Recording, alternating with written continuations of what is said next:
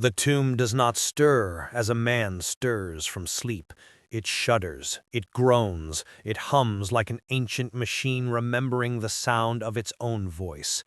Beneath the black stone and green-lit glyphs, something older than humanity turns its gaze upon the stars once more. And when a Necron tomb awakens, it is not the sound of life returning. It is the echo of death spreading outward like a tide. Worlds that thought themselves forgotten by history find themselves remembered in ways they never wished for. The stillness of millennia fractures, and in the cold silence of the void, a machine race older than Terra's first spark of fire rises to continue a war without end. That is where our journey begins. The awakening of a Necron tomb is not just a tactical event, nor a military clash. It is a story of inevitability, of doom carried on metallic wings, of ancient sovereignty returning to reclaim what was always theirs. In the shadow of that awakening lies terror, awe, and the brutal poetry of the 41st millennium.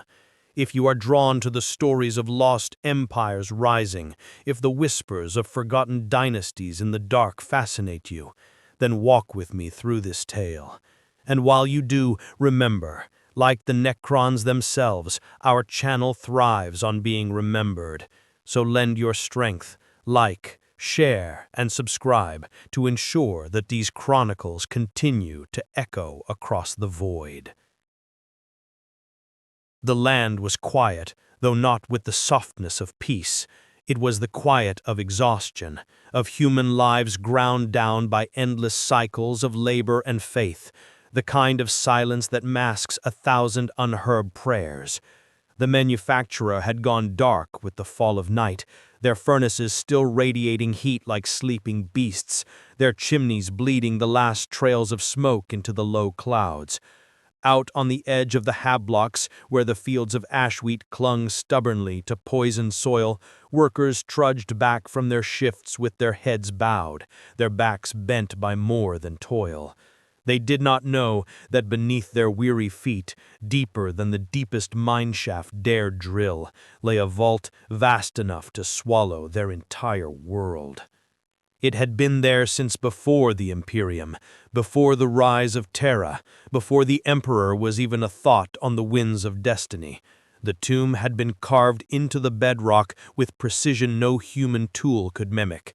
Its corridors stretched for miles, its walls etched with circuitry that pulsed faintly with a sickly emerald glow, as though the stone itself carried veins of alien blood.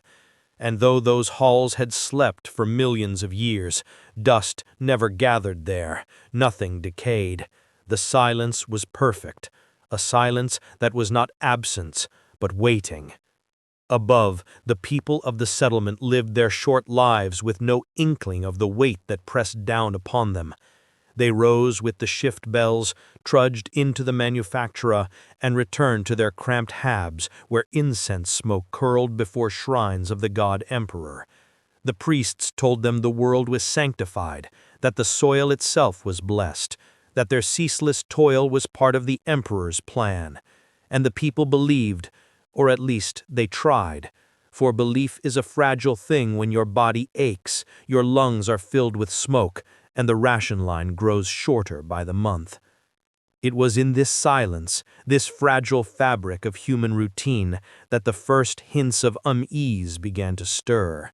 At first, it was nothing more than tremors. The miners felt them beneath their boots as they descended into the shafts, faint shivers in the rock that were dismissed as natural fault lines. The overseers reported them up the chain, and the reports vanished into the void of administratum data slates, never to be seen again. But the tremors did not stop. They grew sharper, like a pulse, a rhythm too precise to be the whim of tectonic plates. In the fields, farmers found their machines stuttering when they passed near certain ridges, their engines choking as though smothered by invisible hands. They swore the air shimmered there, that faint green sparks crackled in the dust when the sun set. The priests dismissed it as imagination, the overseers threatened lashes for spreading rumors, but whispers in the hablocks are harder to silence than screams. Then came the disappearances. At first, it was a miner named Jarek. His crew said he had gone ahead to clear a shaft, his lamp bobbing in the dark, his voice crackling over the vox. Then the line went silent. No scream, no collapse, no alarm. He was simply gone, leaving only his dropped vox unit still hissing with static. The overseers declared it an accident, a cave-in, though no rubble was found. A week later, 2 more vanished, this time from different tunnels, their signals cut off in the same uncanny way. Soon it was not just miners. A patrol of local militia sent to investigate never returned. The only sign of them was a trail of boot prints leading into a ridge and ending at bare stone. The silence of the land began to change. It was no longer the quiet of exhaustion. It was the quiet of fear. Workers avoided the fields at dusk. Mothers pulled their children from the shrine processions early, and the priests found their sermons falling on hollow eyes. Faith is a flame, and flames gutter when the air grows thin.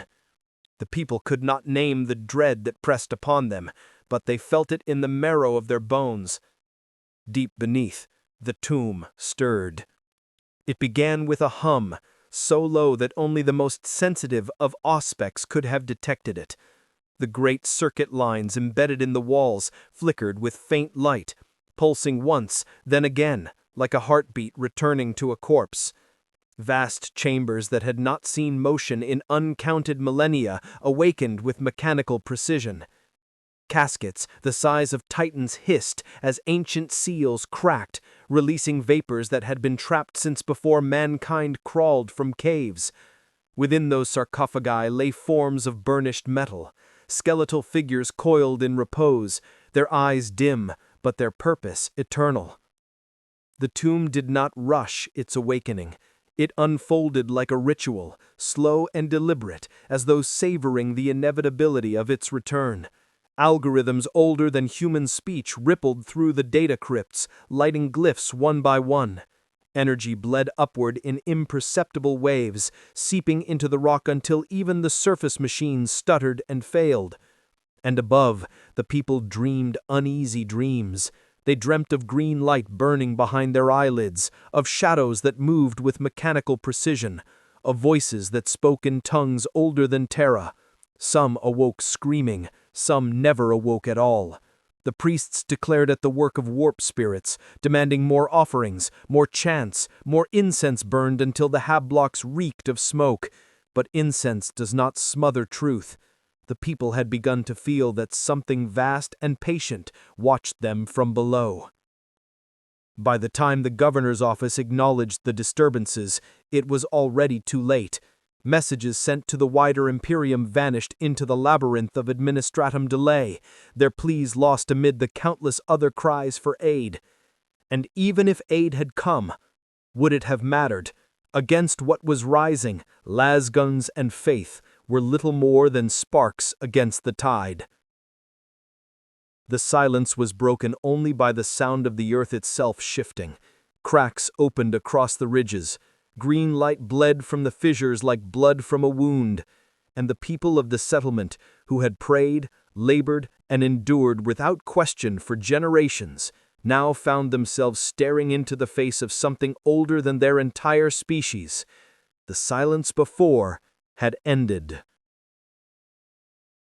The cracks widened with each passing night, though none dared to watch them too long.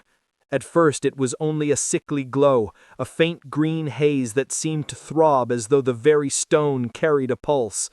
But soon the ground itself seemed to breathe, exhaling dust and ozone, and with each exhalation the air grew heavier, thicker, like a forge filling with smoke.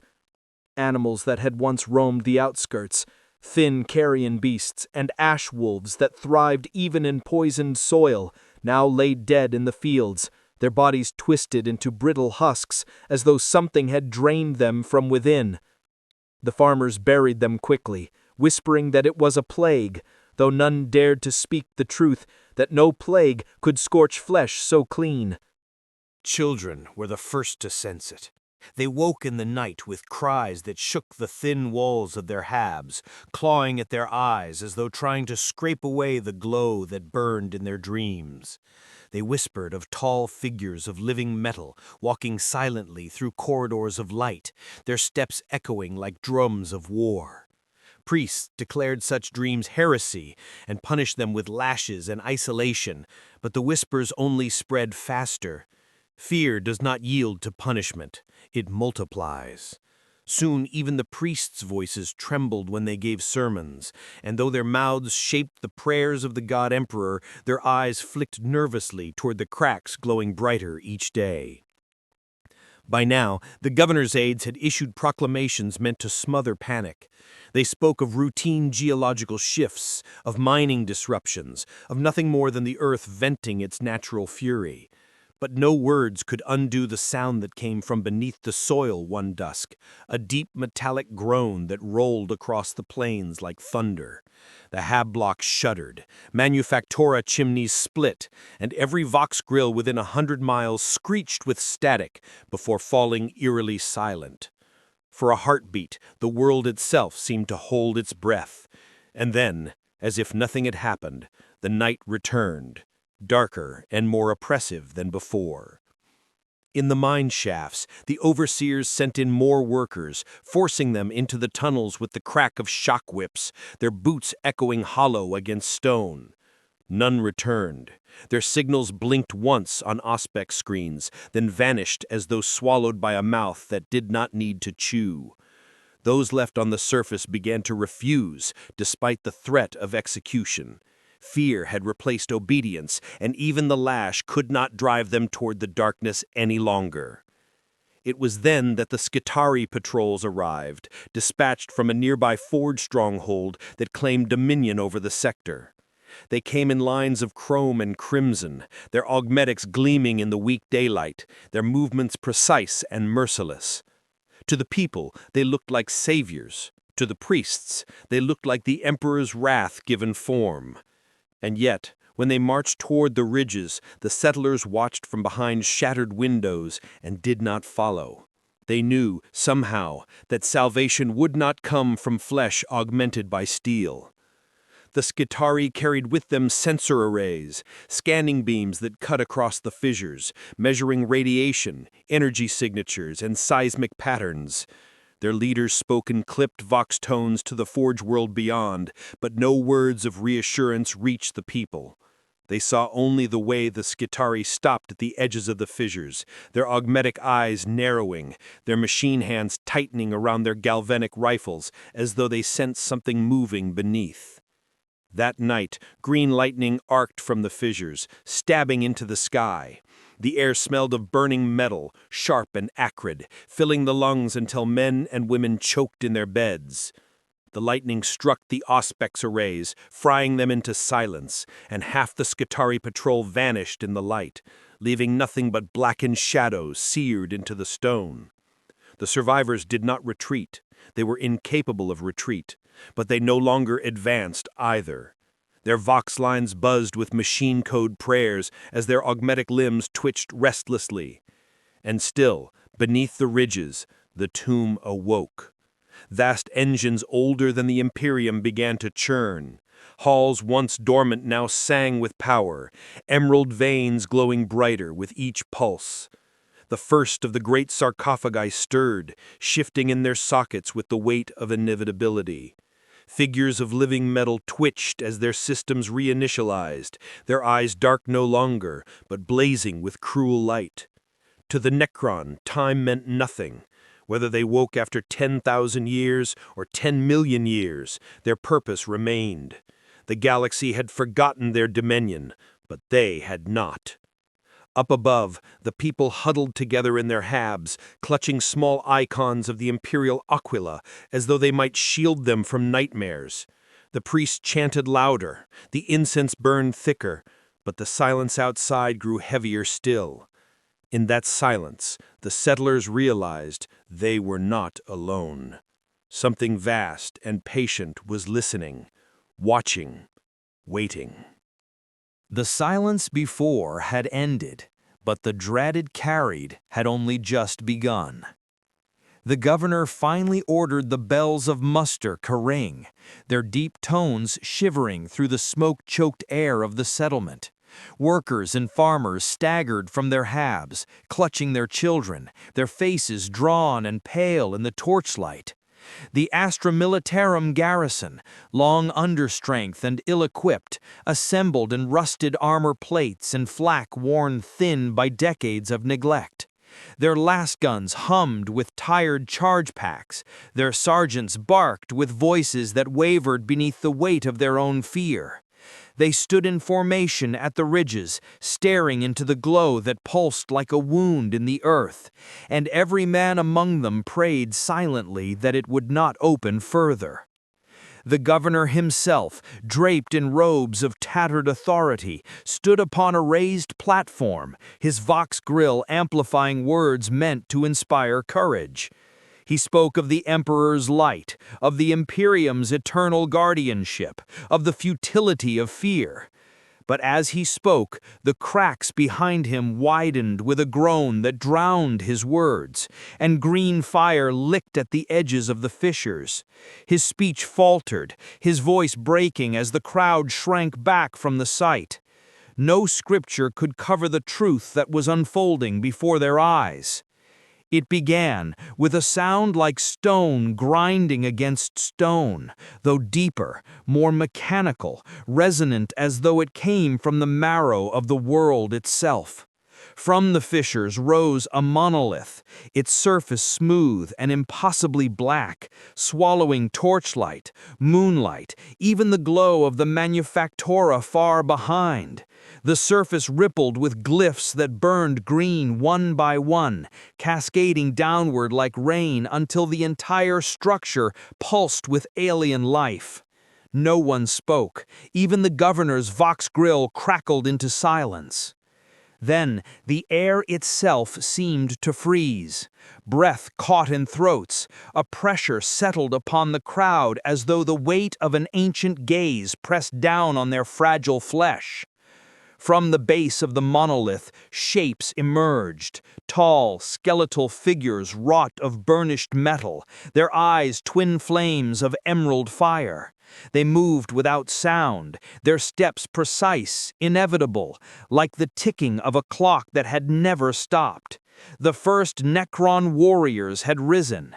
The Astra Militarum opened fire in a ragged volley of lance bolts, flashing against the night. Red beams streaked across the darkness, striking the advancing figures with crackling bursts of light. But the Necron warriors did not falter.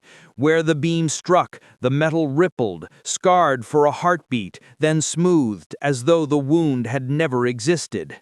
One raised its Gauss flare, a weapon that glowed with unearthly power, and a line of guardsmen vanished in a flash of disintegration, their bodies reduced to drifting ash before their screams could escape.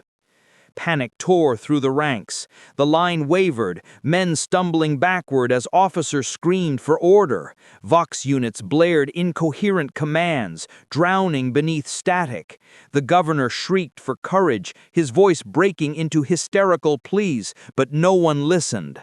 The crowd broke, scattering in all directions, the thunder of boots and screams filling the night. Mothers clutched children and fled into the manufactura. Priests dropped their censers and scrambled for shelter. Soldiers cast aside rifles and disappeared into the dust. Through it all, the Necrons advanced with the patience of machines that had waited longer than empires. Their weapons fired in perfect rhythm, each burst claiming another life, each volley another piece of humanity erased. And still they came, step after step, their emerald eyes reflecting the terror of the dying. High above, the monolith shifted, its surface opening like the petals of some impossible flower. More figures descended on gravitic beams of light, immortals, taller and broader than the warriors, their weapons heavy with annihilation. They joined the phalanx below, forming a wall of advancing death that stretched across the ridge. For the first time in living memory, the people of that world realized they were not masters of their soil. They were trespassers, and the true owners had returned. The silence that had haunted the land was gone now, shattered beneath the sound of screams and disintegration fire. Yet what replaced it was worse, the dreadful certainty that this was only the beginning. The manufactorum bells rang again, not in rhythm but in chaos, their tones colliding in discord as terrified hands pulled at their chains. The air was thick with ash and incense, the scent of burning promethium mixing with the acrid tang of ozone. Whole districts had emptied in panic, their narrow streets clogged with the desperate surge of bodies, each person clawing to escape a doom that could not be outrun. Servitors broke free from their labor rights, their cogitator brains overwhelmed by signals they could not parse, staggering blind into the crowds like headless beasts. The Vox networks howled with static, drowning out the pleas for aid, and even the priests faltered, their hymns strangled by the sheer weight of despair. But despair was not silent. It carried with it the roar of collapse. A hab block near the fissures gave way as its foundation buckled, swallowing entire families into the yawning cracks below. Their screams echoed down into the depths until they were swallowed by a sound far worse, the grinding, mechanical chorus of the tomb rising. From the widening fissures, more shapes emerged. They rose like statues given motion, their movements too precise to belong to living flesh, their weapons glowing with the pale fire of stars long dead. The Skitarii, still locked in formation despite their losses, advanced with mechanical determination. Their galvanic rifles spat arcs of lightning, their augmetics humming with cold efficiency. For a moment it seemed they might hold the line. Necron warriors staggered, their metallic frames sparking under the assault. One collapsed, its body clattering to the ground like discarded armor. But even as it fell, the air shimmered around it, the green glow searing brighter. In a heartbeat, the fallen form dissolved into light and reassembled itself whole again, rising to its feet without pause.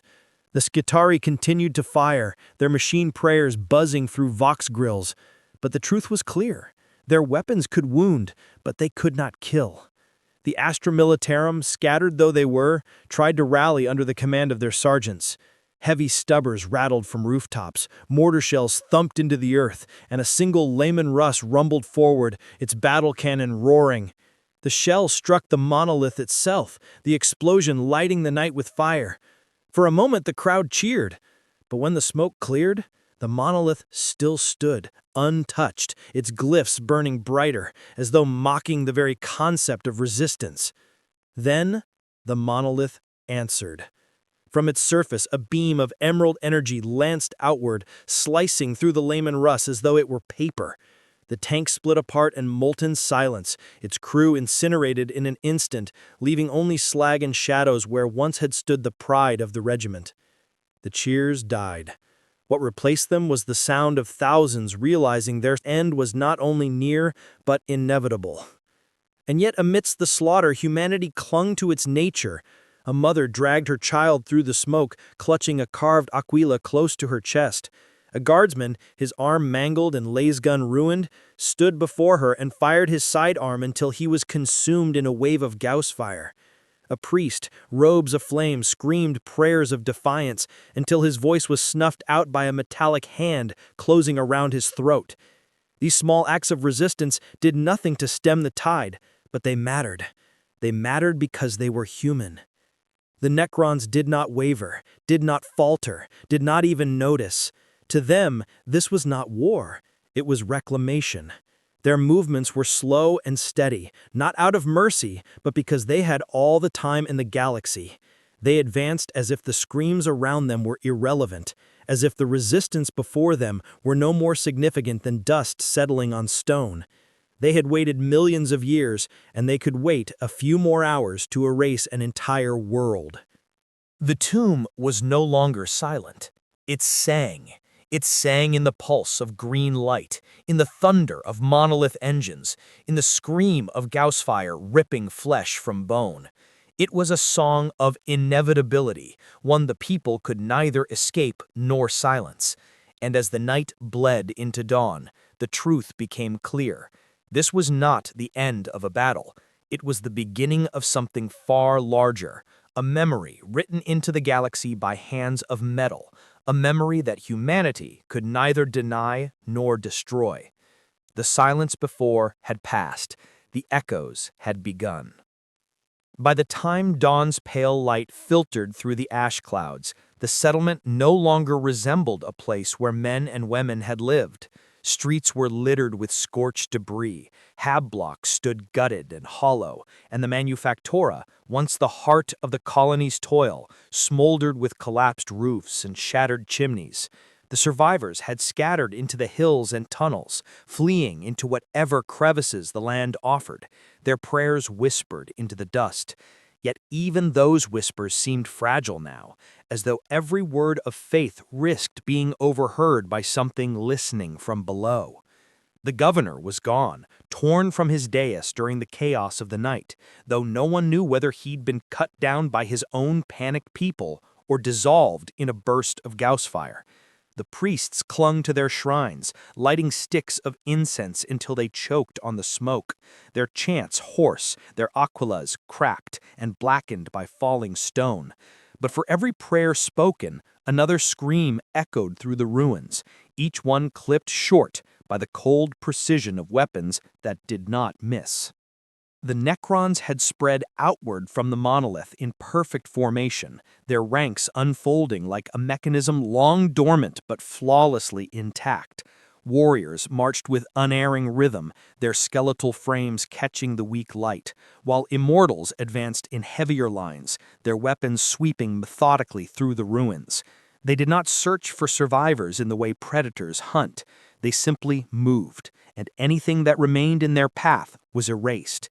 Even the Skitarii, those tireless machines of flesh and steel, had begun to falter. Their vox prayers faltered into static, their galvanic fire dimmed, and when they fell, no magos came to salvage their parts. They were simply left to burn. In the tunnels, miners who had once feared the earth's shiver now found themselves pressed against the stone, their lamps extinguished, listening to the alien hum reverberating through the rock. Some swore they saw shadows moving without light, figures gliding soundlessly past the openings of abandoned shafts. Others spoke of glyphs burning on the walls where none had been carved, glowing faintly before fading back into darkness. In the cramped silence, their breaths sounded too loud, their hearts like hammers, and they knew instinctively that sound itself had become a kind of betrayal. The Astra Militarum made one last stand at the outskirts, their commanders dragging together what remained of their forces. Burned tanks, shattered mortars, and lasguns with packs on their last charge were arrayed in makeshift barricades of stone and rubble. They shouted oaths, invoked the Emperor's name, and raised banners torn and blackened by smoke. For a brief moment, courage seemed to return. But when the Necrons came, when the monolith's shadow fell across their lines, that courage cracked. The battle was not a clash of equals. It was a dismantling. Gauss fire carved through barricades, slicing men in half before they could even raise their weapons. The banners caught flame and collapsed into ash. The commanders screamed until their throats split, their orders drowned by the mechanized thunder advancing without pause. And yet some fought on. A single guardsman, kneeling behind the wreck of a chimera, fired until his rifle melted in his hands. A squad of heavy weapons crews burned themselves alive as their Prometheum tanks ruptured, turning the ground into a blazing pyre that consumed both them and the advancing machines. Still, the Necrons did not stop. Their line simply adjusted, flowing around obstacles with the indifference of a tide breaking over stone.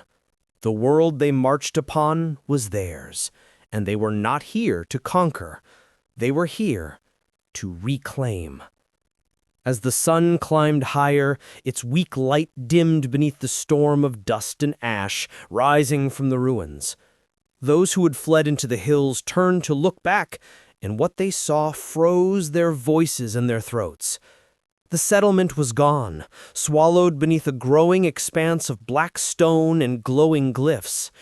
The fissures had widened into chasms, and from them rose new structures, towers, pylons, and obelisks that hummed with alien power. The surface of the world itself was changing, reshaped not by human hands, but by those who had always been its true masters.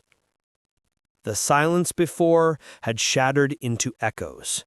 Now the echoes deepened, spreading outward, carrying with them the dread truth: the tomb was awake, and it would not return to slumber. The echoes rolled across the land like a storm, reaching far beyond the broken settlement, touching villages that had never seen manufactura smoke, grazing herds, or the gleam of a lemon-rust hull. Farmers in distant plains saw the night sky flare with unnatural lightning, and shepherds felt their flocks scatter in blind terror as if some primal memory of extinction had been stirred.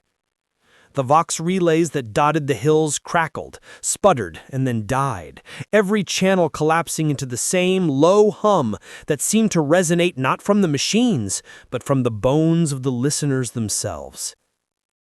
In the capital hive, many leagues away, the governor's absence had become a vacuum of power. His aides clawed for authority, their voices raised in accusation and fear, while the Adeptus Ministorum called for days of penance and fasting, declaring that the emperor's wrath had been roused by hidden heresies. Yet beneath their sermons, beneath the shouting of the nobles and the weeping of the workers, there was the same hum, subtle at first, then rising until it drowned conversation, a constant vibration in the air, as though the very atmosphere was trembling in anticipation. And then came the dreams.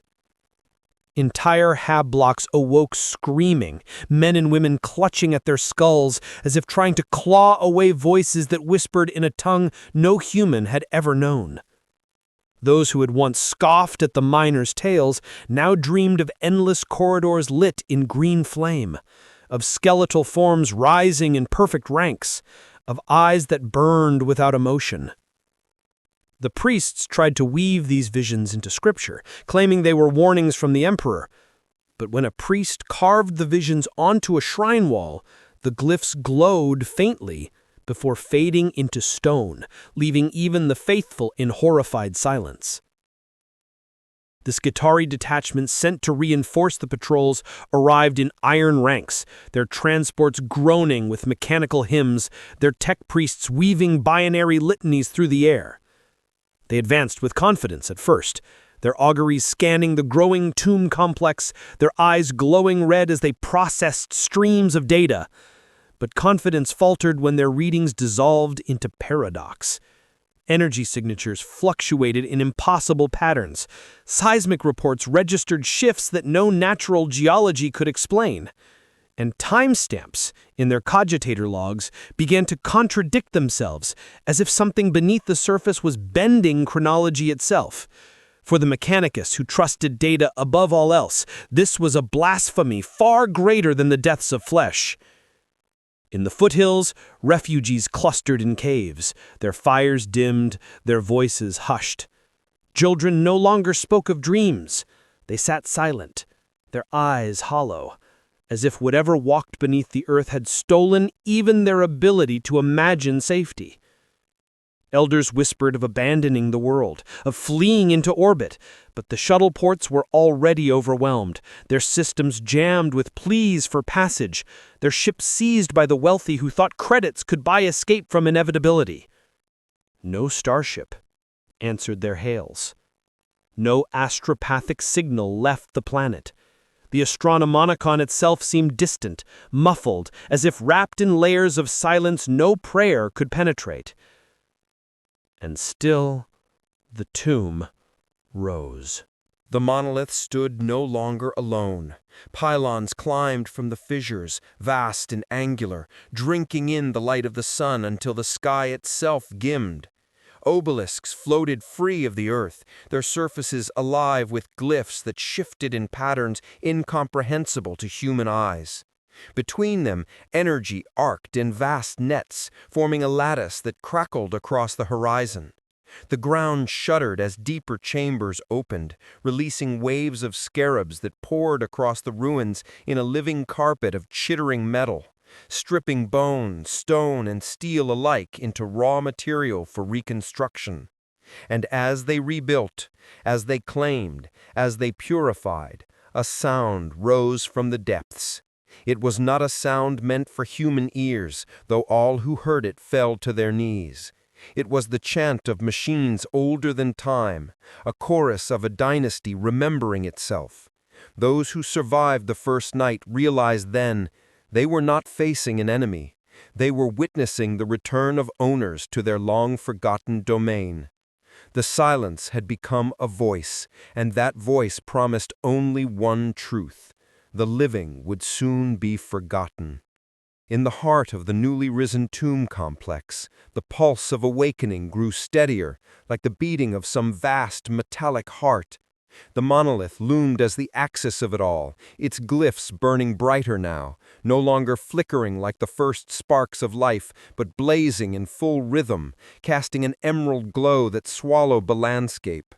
The earth no longer looked like soil, it looked like a wound being sutured shut by alien hands, every crack filled not with dust, but with smooth black stone.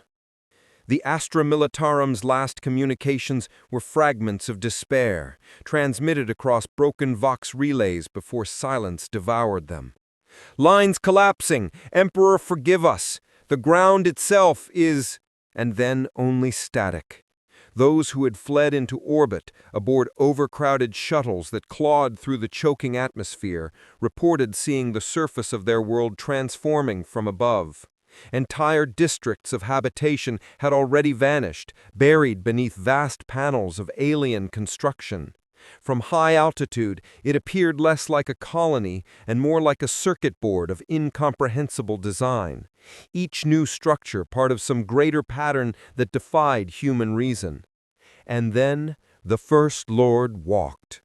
The air shimmered as he emerged from the gates of the monolith, towering above his warriors, his frame wrought of living metal, but adorned with a mockery of regal splendor. A cloak of circuitry hung from his shoulders, shimmering as though woven from the void itself.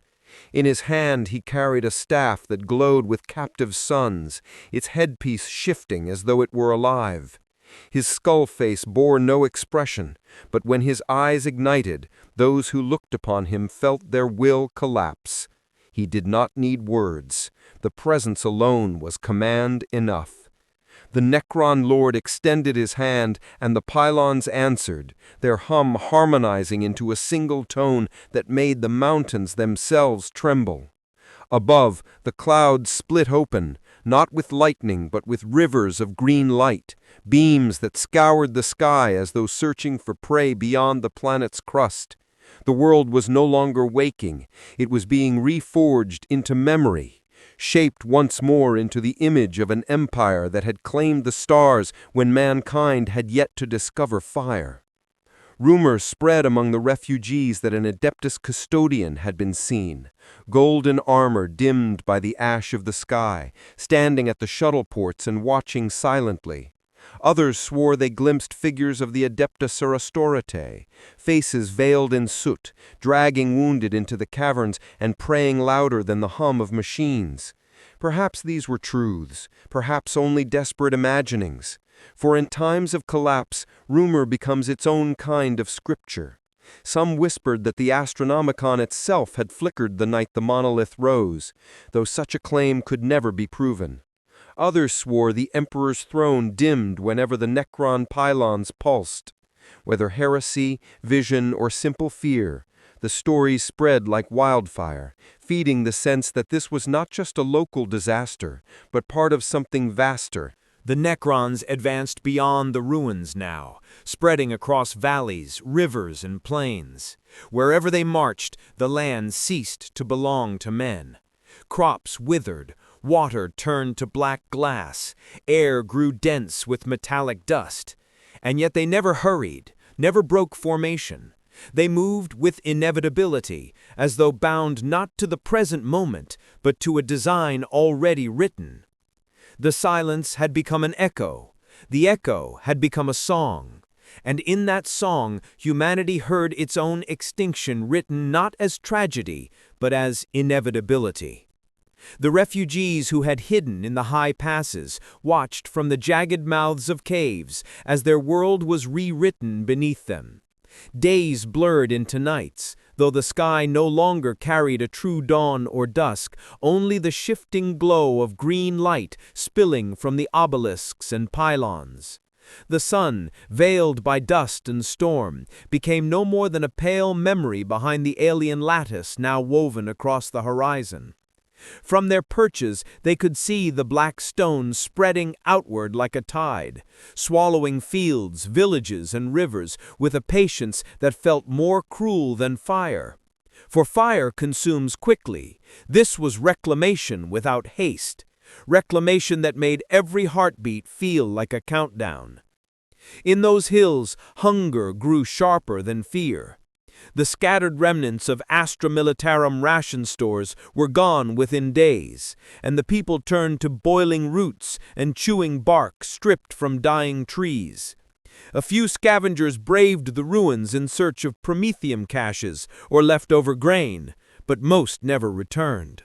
The ones who did whispered that they had seen more than warriors. They spoke of swarms of scarabs pouring through the streets, stripping everything to the bone, and of tall figures that seemed to drift rather than walk, their weapons dissolving whole walls into nothingness. One scavenger wept as he described an immortal figure cloaked in a halo of light, a machine so old it seemed carved from the memory of gods, its every step accompanied by a chorus of metallic whispers. In the hills, hunger grew sharper than fear. The scattered remnants of Astra Militarum ration stores were gone within days, and the people turned to boiling roots and chewing bark stripped from dying trees. A few scavengers braved the ruins in search of promethium caches or leftover grain, but most never returned. The ones who did whispered that they had seen more than warriors. They spoke of swarms of scarabs pouring through the streets, stripping everything to the bone, and of tall figures that seemed to drift rather than walk, their weapons dissolving whole walls into nothingness. One scavenger wept as he described an immortal figure cloaked in a halo of light, a machine so old it seemed carved from the memory of gods, its every step accompanied by a chorus of metallic whispers. The priests among the survivors tried to frame these visions in liturgy, crying that they were trials sent by the emperor, tests of faith that would earn paradise if endured. But fewer listened with each passing night. For what is faith when the stars themselves seem death? No astropathic message had broken free, no fleet had come. The silence of the void mirrored the silence of the tombs, and that silence was heavier than any sermon. Meanwhile, in the depths below, the Necrons unfolded their ritual of awakening in full. Great engines, dormant for millennia, spun with the smoothness of perfection. Vaults opened one by one, releasing phalanxes of warriors, then immortals, then stranger forms. Lychguard, tall as statues, their blades humming with energy stolen from suns long gone. Canotech constructs, skittering across walls like insects of living metal. Cryptex weaving glyphs of power that shifted reality with gestures more like equations than sorcery. The tomb was no longer a place of rest. It was a city reborn, its avenues echoing with the sound of countless metallic feet marching in unison. The Lord stood at its heart, silent, a figure that seemed to bend the air itself around him. At times he lifted his staff and gestured toward the sky, and when he did, the pylons answered, their power flaring in unison. At times he simply stood, and the ranks before him adjusted with clockwork obedience. There was no passion, no fury, no triumph, only purpose. Among the refugees, rumors curdled into prophecy. Some claimed that the Lord had once been a king whose empire stretched beyond the galaxy, and that he now rose to claim what had never ceased to be his. Others whispered that these beings were not conquerors at all, but judges, that humanity's empire was merely a brief trespass, and the Necrons were the custodians returning to balance the scales. Whether these tales were truth or madness, they spread like infection, shaping even the way the children whispered to each other in the dark. And so the world settled into its new rhythm. The hum of alien pylons, the crackle of Gauss fire echoing from distant valleys, the silence of prayers unanswered. The people understood now that this was no war they could win. It was not even a war. It was a memory reasserting itself, a dynasty waking to find vermin nesting in its halls. The silence that had begun this story was gone. The echoes had risen into a song of reclamation, and that song promised no reprieve. The song deepened, and it was no longer only the earth that carried it. Vox grills, even those shattered and unpowered, began to whisper with static that formed shapes too precise to be chance. Data slates, long dead, flickered to life, their screens pouring out glyphs in cascading streams of green that burned themselves into the eyes of anyone foolish enough to watch. Cogitators across the hive turned against their masters, not with rebellion, but with obedience, to voices they were never built to serve. It was as though the entire infrastructure of the world remembered an older command, one written before humanity's claim, and now chose to answer.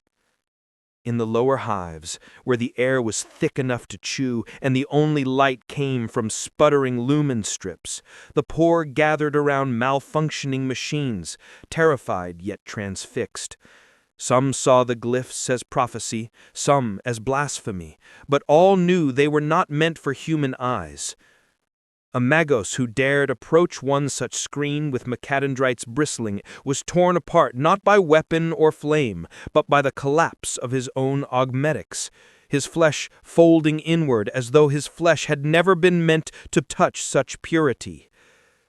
His death cry was not pain, but awe. A single wordless hymn that ended as abruptly as it began. Above, the tomb world expanded further. The pylons now reached into the atmosphere, spearing upward like towers of judgment, their beams crisscrossing the skies in patterns that mocked constellations. Those who still watched from orbit, nobles and officers who had fled in shuttles, reported that the surface of the world was no longer a patchwork of cities, manufactura, and plains. It was geometry incarnate, a design vast enough to be seen from space, a sigil so old and deliberate it seemed burned into the crust of reality itself. And still the Necrons marched, each unit flowing seamlessly into the larger pattern, every motion a piece of choreography written in a language of eternity. The survivors in the caves whispered now not of resistance, but of inevitability. They told each other stories not to inspire hope, but to make sense of despair. Some claimed they had seen visions of Terra itself, of the imperial palace cracking beneath green lightning, of the golden throne flickering as though its fire were failing. These were heresies, dangerous even to speak, yet they spread unchecked, for no one was left to enforce silence. Others claimed that the Emperor's light burned brighter than ever before, that his spirit would rise against these machine kings as he had against the arch-traitors of old. But the words tasted hollow even as they were spoken. For those who had looked into the fissures and seen the ranks of Necrons marching endlessly upward, one truth was undeniable. This was not a single tomb world. This was a fragment of an empire vast beyond measure, an empire that had not died, but only slept. To wake one was to invite the gaze of many. And if one lord could reduce a world to silence, what then of a dynasty? What then of 1,000 dynasties, each stirring in turn, their songs rising in chorus until the stars themselves trembled? And so, as the green light washed the horizon and the last human settlements burned to ash, the world passed fully into memory. Not the memory of men, who are fleeting, but the memory of the Necrons, who do not forget. The silence before had become echoes. The echoes had become song. Now the song had become dominion. And dominion would not be relinquished. The first echoes did not arrive as thunder or trumpet, but as whispers, hidden in the machinery of life. A vox grill that should have carried only the monotonous hum of duty prayers suddenly choked with static, and in that static the listener swore he heard something like a voice, flat, metallic, without inflection, but speaking syllables older than his species. A data slate flickered, its surface scrolling lines of emerald script even while disconnected from its power source. A servitor, locked in the endless cycle of labor, paused mid-stroke of its piston arm and raised its head, its lifeless eyes glowing faint green as though something else looked through them. The overseer struck it with a shock prod, but the body crumpled as if discarded, not like a machine breaking, but like a puppet whose strings had been cut. The first echoes were not battle, they were dissonance. Vox networks across the province stuttered into silence. Auspex screens showed readings that contradicted themselves, and power grids fluctuated with pulses too rhythmic to be accident.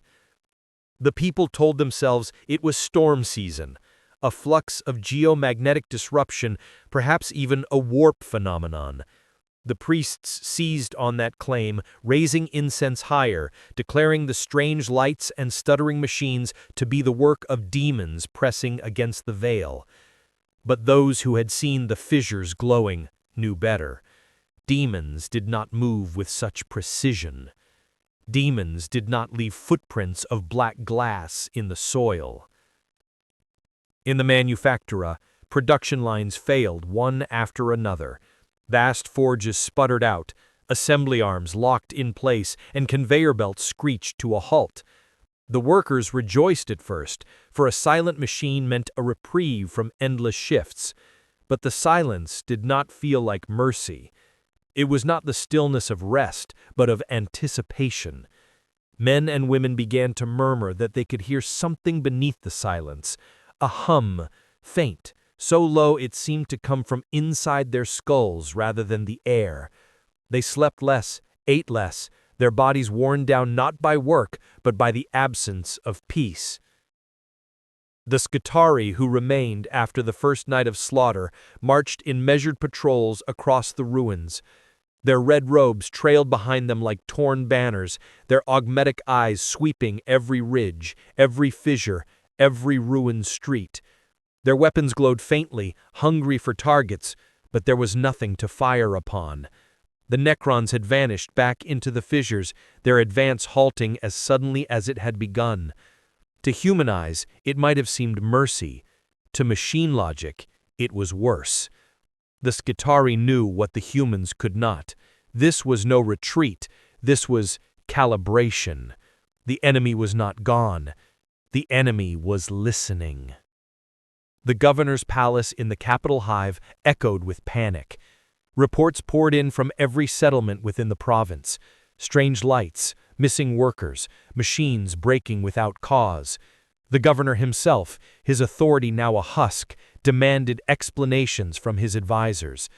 The administratum clerks insisted it was mismanagement. The priests screamed of heresy. The few tech priests still willing to speak admitted that the Auspex showed nothing they could reconcile. Each voice grew louder. Each faction sought to shout down the others. But in the middle of their screaming, the power failed. The chamber plunged into darkness, and in the silence, every data slate in the room lit with the same emerald glyph, glowing as though carved into the glass itself. None could read it. All could feel its weight. The refugees who had fled into the mountains began to fracture. Some argued that they should dig deeper, hiding in tunnels where no light could reach. Others swore that flight was the only hope, that the spaceports must still harbor vessels overlooked in the chaos. A few priests, ragged and hollow-eyed, wandered from cave to cave, carrying their cracked aquilas, urging the people to kneel and pray rather than run. But the people did not kneel.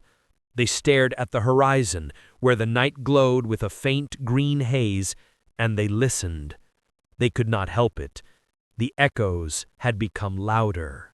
Children were the first to repeat them.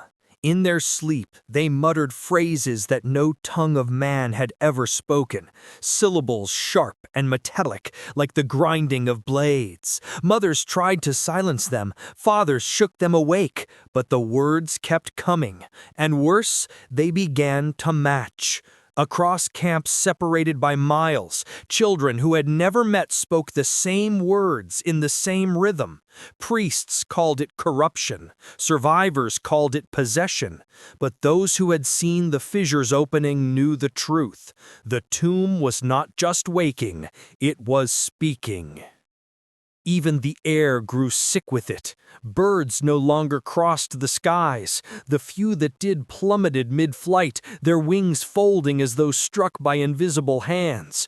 Rivers frothed with strange bubbles that glowed faint green at night, poisoning the fish and leaving the banks slick with corpses. Crops that had clung stubbornly to poisoned soil for decades withered to ash overnight. The land was not being burned. It was being unmade. And still the Necrons did not rise. Not yet. Their silence was more terrible than their slaughter, for the people could feel it, pressing down upon them. It was the silence of the grave before the lid is lifted, of the executioner's pause before the blade falls. It was the silence of inevitability. Those who had seen the warriors march knew it could not last, and when the echoes ceased, when the machines hummed no longer, when even the children's mouths fell quiet, the silence that replaced it was more dreadful still. For silence is never empty. Silence is waiting. The quiet did not last, because quiet was never the plan. It ended with a single tone that rose from the fissures like a blade drawn very slowly from a sheath, too pure to be natural, too exact to be mercy. The Skitarii on the perimeter went to one knee in unison without a word from their alpha, auger helms tilting as if to listen better, and then their formation shifted, minute corrections across a kilometer of line, as though an invisible hand had reached through them to tidy pieces on a board. Civilians watching from ruined rooftops did not understand what they were seeing, but they felt it. The world had chosen a rhythm, and it was not theirs. The tone fractured into harmonics, and with each new thread of sound, another machine bowed to it. Hab-block cogitators blinked awake and displayed nothing but slow-crawling strings of green that never repeated. Refinery cranes slewed to face the same fixed point over the horizon. A derelict shuttle's auspex dish turned with aching grace to align perfectly with a pylon no human eye could yet see. In the capital hive, an entire strata of infrastructure, locks, lifts, intake valves, lumen webs, clicked into patterns that functioned but no longer answered human hands. The mechanicus called it a logic storm, and for once, the words were too small. An engine-seer cohort advanced to prove the storm a solvable sum. They laced the ground with sensor thuribles, unfurled prayer banners of copper script, and spoke in cant so old it felt like dust falling. Their Muggos, a figure like a walking reliquary of brass and bone, raised his staff and asked the air a question that should have been met with data. The answer arrived in emerald. It rippled across his Ozpex as an equation that wrote itself faster than his cogitators could gash. For 3 seconds, his systems tried to follow. On the 4th, they chose to kneel. His limbs locked in perfect alignment, optics dilated to coins of light, and every servo in his body chimed the same note as the fissures. The Skitarii Alpha cut the link with a gesture that was almost kind, and the Magos folded to the ash with the serenity of an icon laid to rest. The first echoes became coordinates. Across the province, lights flared where no beacons had stood before. Thin lances of emerald that pierced cloud and smog, paused, and then collapsed inward as if the sky itself were exhaling. The ground answered. Plates of black stone rose from beneath farm lanes and cathedral squares, slotting together with tolerances tight enough to shame any forge world. A pylon punched up through a manufactorum floor as if the building were a veil. Its emergence did not scatter debris so much as persuade the debris to be elsewhere. Workers who stood too close found their shadows lengthening, thinning, and finally detaching to lie a moment on the stone before fading like breath on glass. Refugees watched from the high rock and argued again about escape. A rumor reached them, no longer a hiss, but the steady voice of certainty, that a shuttle pad half buried at St. Herod's Spur still held 2 service craft with full promethium and uncorrupted machine spirits. The story grew legs, then a spine, then a spear. 50 souls broke from the caves and ran, slipping down shale like spilled grain, clutching ration wrappers as if paper could become passage. They crossed the old road between pylons just as the harmonics shifted key. A blade of light stitched the air, not lightning, not beam, but a cut that traveled without hurry and refused to miss. It passed through the front rank with the silence of a thought, and every person it touched came apart in slices so clean that for one heartbeat they stood and tried to take another step. When they fell, their faces were almost calm, trimmed of pain. Up on the ridge, no one screamed. They learned the lesson the Necrons had carried out of antique wars. Terror is wasted energy. Silence stores it. The Skitarii chose offense, a manipulus of vanguard, voltage galviars set to white pain thresholds, ghosted through the ruins toward a newly risen node that drank the sky and returned it as geometry. They advanced under shrouds of electrostatic, not so much unseen as uninteresting to lesser machines. Their plan had elegance: breach the node's perimeter, seeded with haywire charges, blind the network long enough to extract civilians clustered like moths beneath its glow. They reached the margin and found no wall, no gate, only a gradient where the air became cooler and the dust fell straight down as if gravity here had been reminded what it was supposed to do. The first charge never armed. It blossomed into a rose of numbers, and then was a flat line in the manipulous feed. The second armed itself and slid 1 meter left without moving. The third came apart into parts that did not exist in any inventory the cohort had ever held. The Skitarii did not falter. They lacked the wetware to name futility, but something named them. Shadows rippled along the node's face and stepped forward, gaunt figures with optics like coins of winter sun, shoulders mantled in the suggestion of royalty, weapons whose barrels held a stillness that felt like contempt. Immortals returning to old routines. Their opening volley carved the air into clean lanes where nothing living remained. On the ridge, the refugees saw the vanguard die beautifully, each motion measured, each fall uncomplaining. They did not cheer. There was nothing in the scene that contained them or asked their witness. The Skitarii had not fought for them. They had fought for a principle that would be true whether men survived to repeat it or not. The harmonics dropped again, deeper now, bass notes that trembled the stone and loosened old faults. A new phenomenon moved through the ruins like a low tide, a glittering that was not light, but motion too small for unaugmented eyes. Canoptek scarabs flowed from cracks and climbed the skeletons of buildings, their countless limbs tracing the outlines of walls and beams with affectionate precision. Where they touched steel, it ungrew back into ore. Where they touched flesh, it surrendered to dust, grateful to be dust. Within minutes, they had erased the last human scaffolding around the node, leaving it ringed by a plaza of smooth black that reflected the sky as a lie of calm. The children in the cave stopped speaking the old syllables and began to hum. The melody matched the new bass perfectly. A priest clapped his hands to break the rhythm and found his palms bleeding from a pattern of tiny cuts that made glyphs he could not bear to see. He wrapped them in his robe and whispered that pain was proof of life. No one told him the truth they tasted in the air. Pain was merely data here, and data belonged to the song.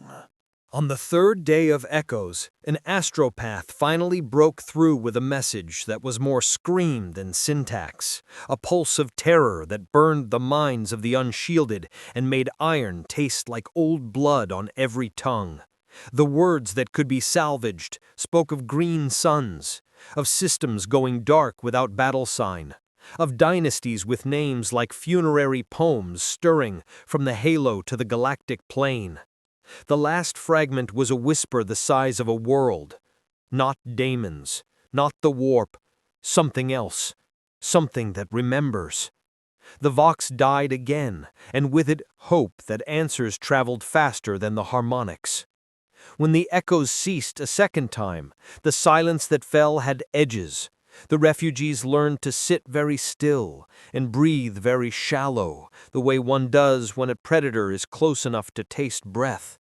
Down in the ruins, the node's face opened at last, not as a door, but as a decision. A line of warriors stepped out and turned east without a word. They did not look up. They did not need to. The warriors marched east, their formation extending like a shadow across the broken land. Each step was deliberate, measured, carrying with it the soundless weight of inevitability. They did not pause to seek cover, nor did they break ranks when the scattered remnants of the Astra Militarum opened fire from distant hills. Last bolts flashed across the valley, but the beams were swallowed into the Necrons' frames, leaving no scar deeper than a shimmer of heat. The soldiers' cries of defiance echoed thinly, and when the Gauss fire answered, their defiance became silence. Their bodies dissolved into drifting motes of dust that fell like snow upon the rocks. In the ruins of the Manufactorum, survivors scavenged among the ash, searching desperately for weapons, rations, anything that might delay the end. A young man found a crate of frag grenades half buried beneath collapsed steel beams. His hands shook as he pulled the pins one after another, hurling them into the advancing phalanx. The explosions tore the air, flame licking against blackened armor. But when the smoke cleared, the Necrons remained. Their advance had not slowed. Their optics burned steady. And when they raised their weapons, the young man and those with him vanished in a single chorus of emerald light. Rumors ran faster than fire among the refugees. Some swore the Necrons had begun appearing in settlements miles from the fissures, emerging not from monoliths, but from the ground itself, as if every road and plaza hid beneath it a gate. Others whispered of whole squads of warriors marching straight through stone walls without breaking stride, their forms dissolving and reforming as though reality itself bent to their passage. Few knew whether these tales were truth or terror given voice, but it no longer mattered. The effect was the same. Fear became certainty. In the capital hive, the echoes grew unbearable. Cogitators screamed with code no one could read, their green lines flowing across every surface, spiraling into fractal patterns that looped back on themselves like a mocking hymn. Vox relays carried voices, not human but not quite machine, reciting syllables that made blood run cold. The priests tried to shout them down with hymns of the ecclesiarchy, but their words faltered when their own icons began to glow faintly with that same alien hue. Candles guttered in waves across the shrines, as though the emperor's own flame had been smothered by a hand that had no need of fire. The tech priests, still loyal to the Forge world, screamed in machine tongue, calling for firebombing, for orbital cleansing, for the steel solution of total erasure. But the orbital relays gave no answer. The fleet stationed in the system had fallen silent. Perhaps they were gone. Perhaps they had never been there. Perhaps their hulls were already drifting as derelicts in the cold void, their crews dissolved to dust in the silence of emerald fire. And still the echoes deepened. Not sound, not sight, but pressure, a weight that filled lungs with iron, that turned marrow to ice. The survivors in the hills spoke less, for speech seemed too loud, too intrusive, as though words themselves might draw attention. Even children learned to be silent, their wide eyes reflecting the glow on the horizon. Only the song of the Necrons continued, resonant and patient, as though the planet itself was learning a melody it had forgotten for eons. This was no longer resistance. This was observation. The Necrons watched the last movements of humanity upon their soil, with the detachment of curators examining vermin in a glass case. And though the people did not yet understand, the first echoes were only the beginning. The first echoes spread outward until they were no longer events but an atmosphere. Every living soul could feel them, even if they tried to deny it.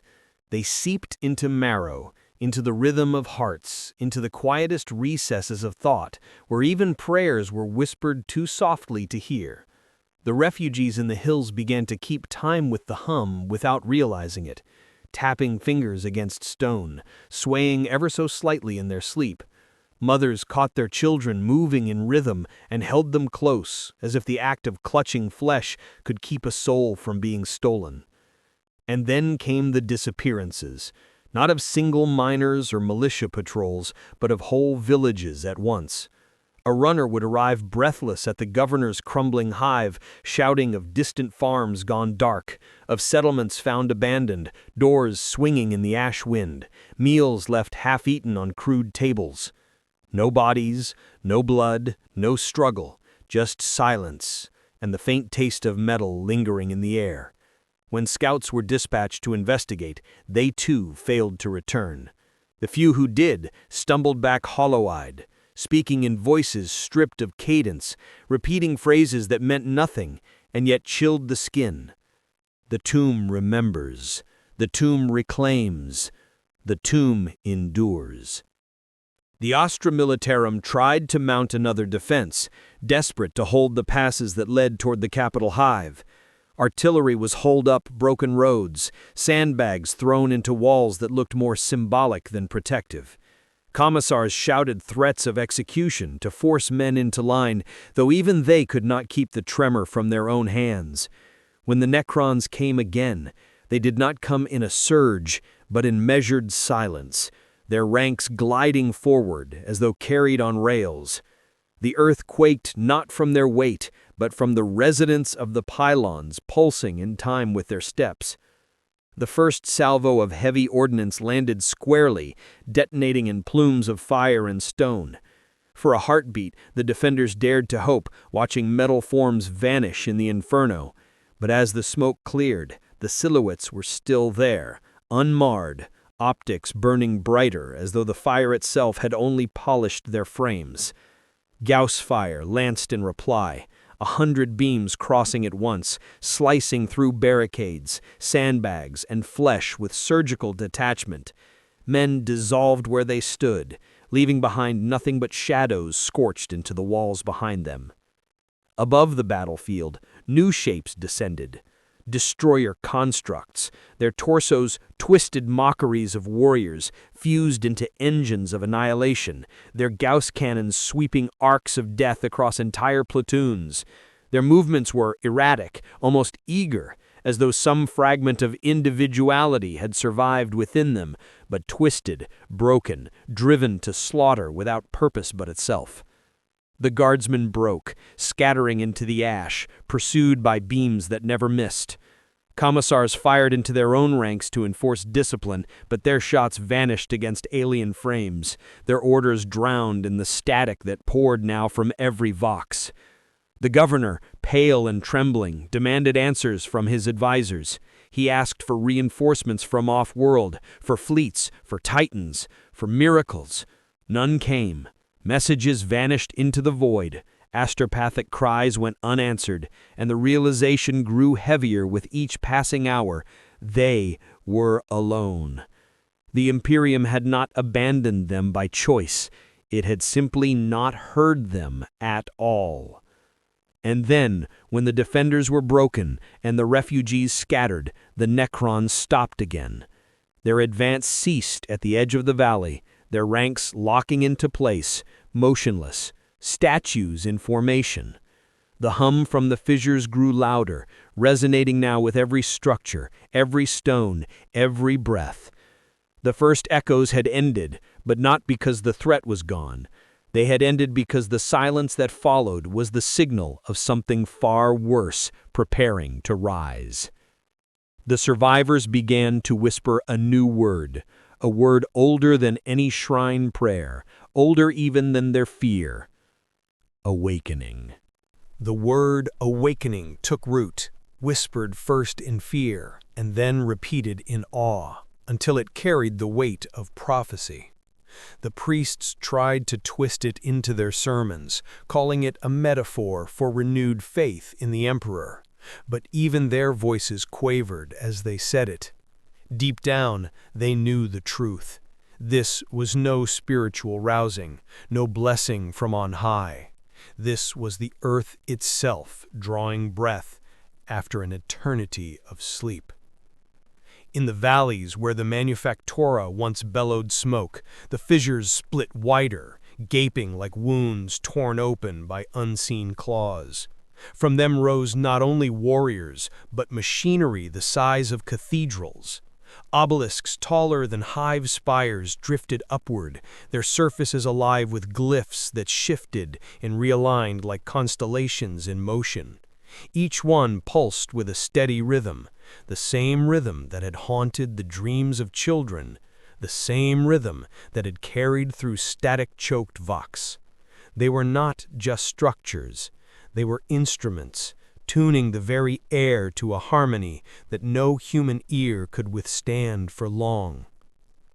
The refugees in the high passes felt it as pressure in their skulls, an ache that built behind their eyes and drove them to silence. Some gouged their ears until blood ran down their necks, believing the sound came from outside. Others pressed their faces into the stone, hoping the cold might drown it. But nothing helped. The sound was not carried by air or earth. It was carried by truth, and truth was inescapable. A group of militia deserters, ragged and wild-eyed, swore they would strike back. Armed with stolen melta charges and a half-working chimera, they descended into the ruins, believing courage and desperation might succeed where armies had failed. They never returned.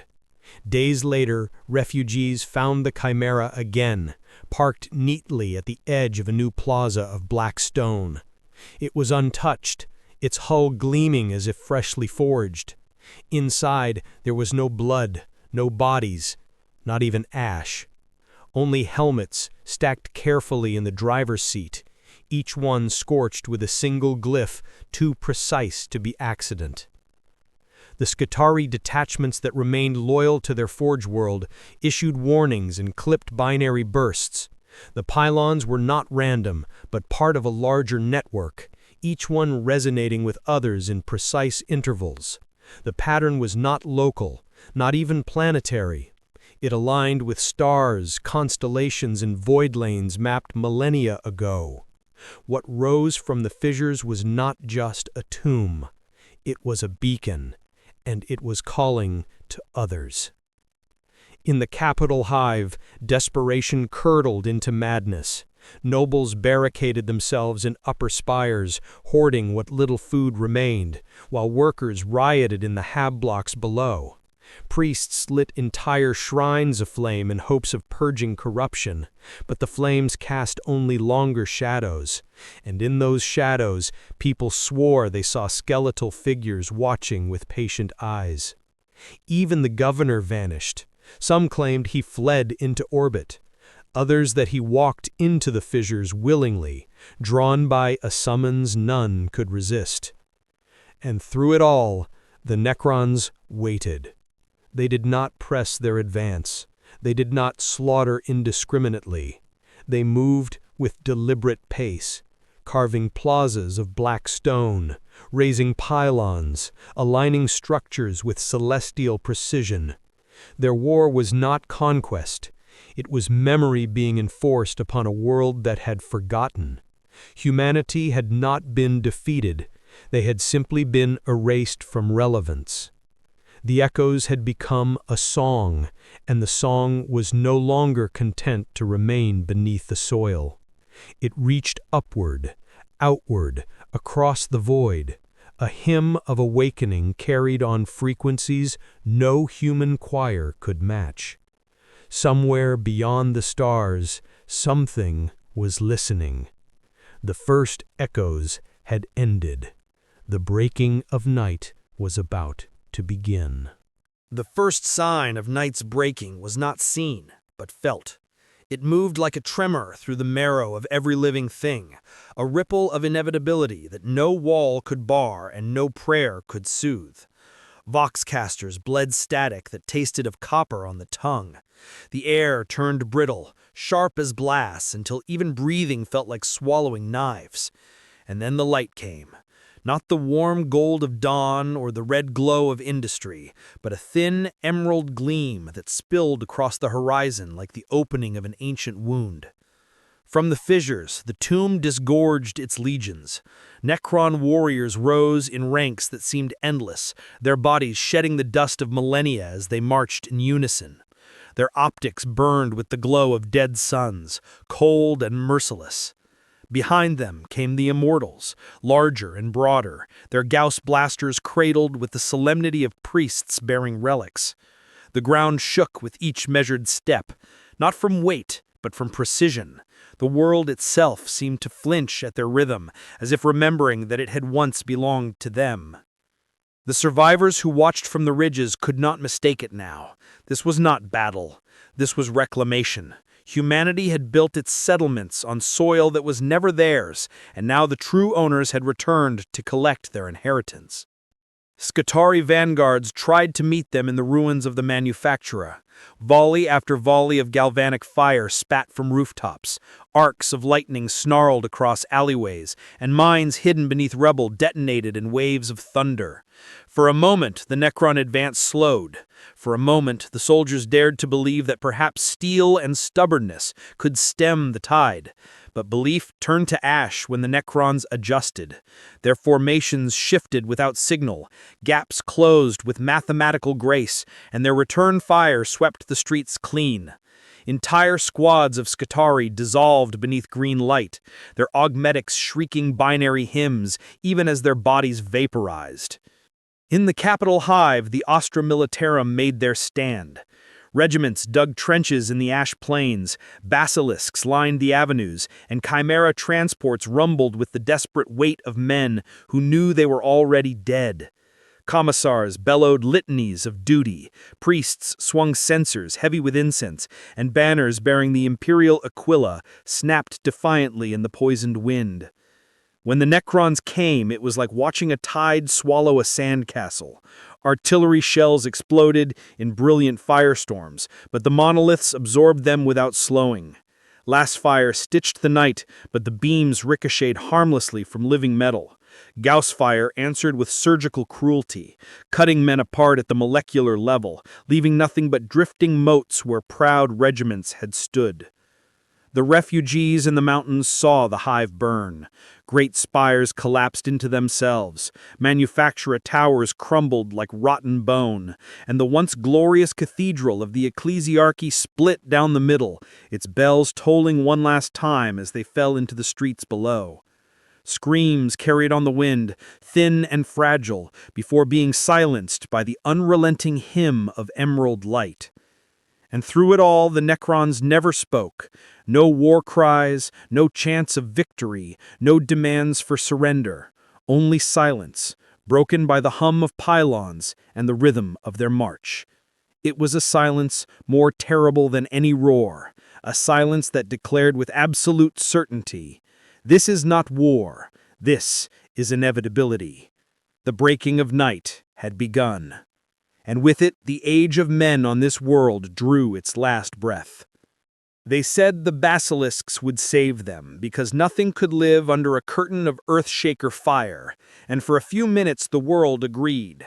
The guns spoke in a cadence older than any prayer, recoil thudding through the bones of the crews, shells arcing like red moons over the ruined precincts to slam into the emerald-lit plain. Whole ranks of warriors disappeared behind mushrooming towers of ash and flame, and men cheered because men must.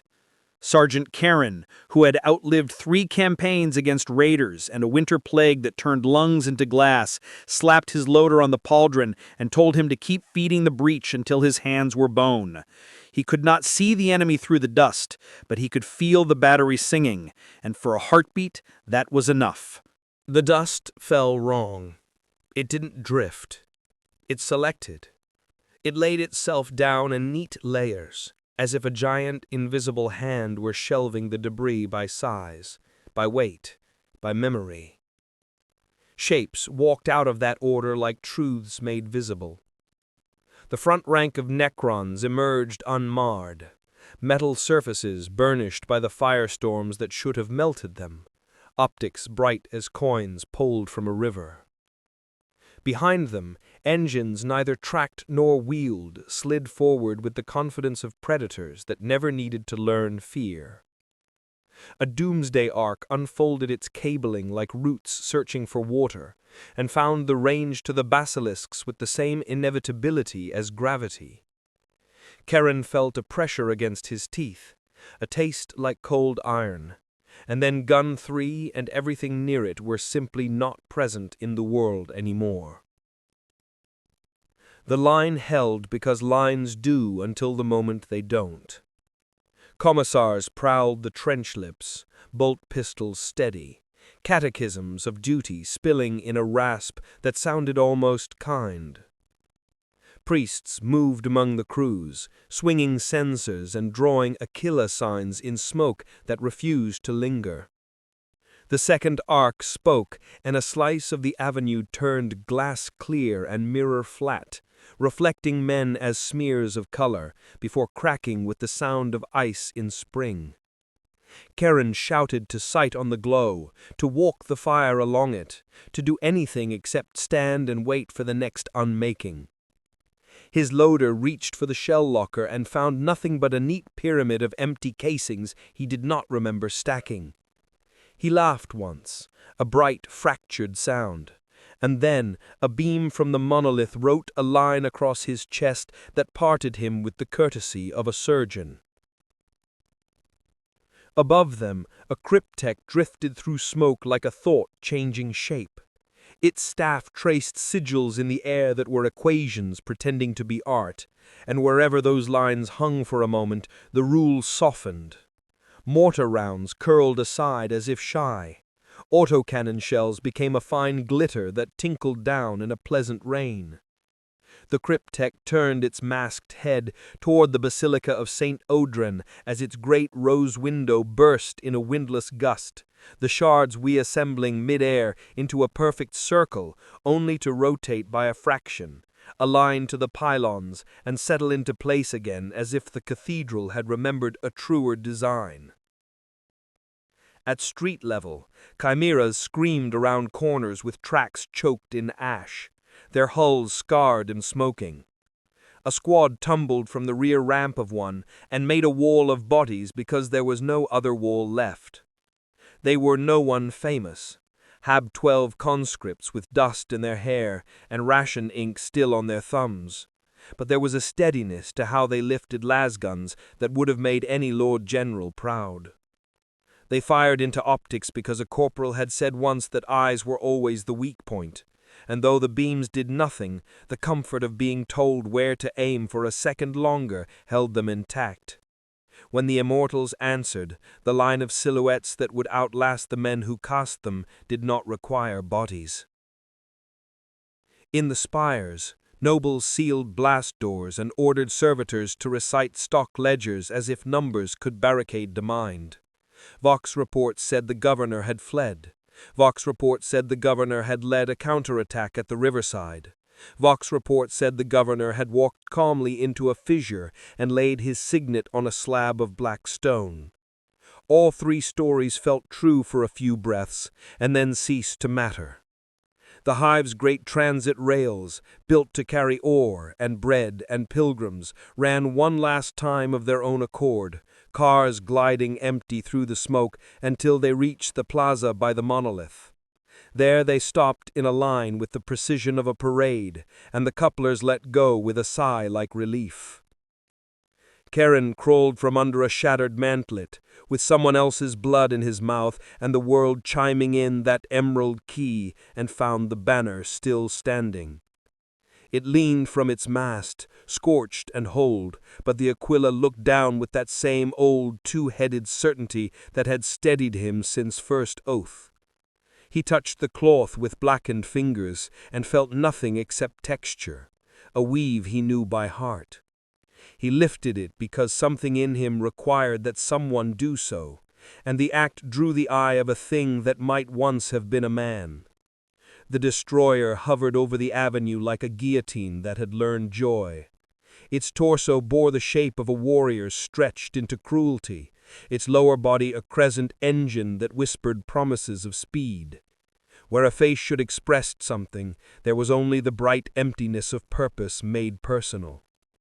It dipped, savoring, and the beam it leveled tore the banner's mast to splinters.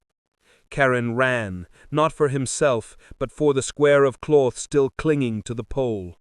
He caught it, wrapped it once around his arm, and turned with the stubby spite of a las pistol that had no business being brave. The shot he fired struck the skull plate just above its optics and left a black kiss no wider than a thumbnail. The machine paused, not hurt, not angered, but perhaps amused by the novelty of being addressed. Something like a laugh came through the air and a ripple that made the hair on Karan's forearms rise. The beam that followed did not take him cleanly. It rolled him into the street's shallow gutter and set him alight from within, and he saw the world as a lattice of green lines for the length of a single heartbeat, before the lines snapped dark. Elsewhere along the trench, a Lehman Russ that had somehow kept its motive power lurched forward with a wounded animal's insistence. Its commander, face wrapped in bloody bandage, stood half out of the cupola and bellowed coordinates to a gunner who could no longer hear.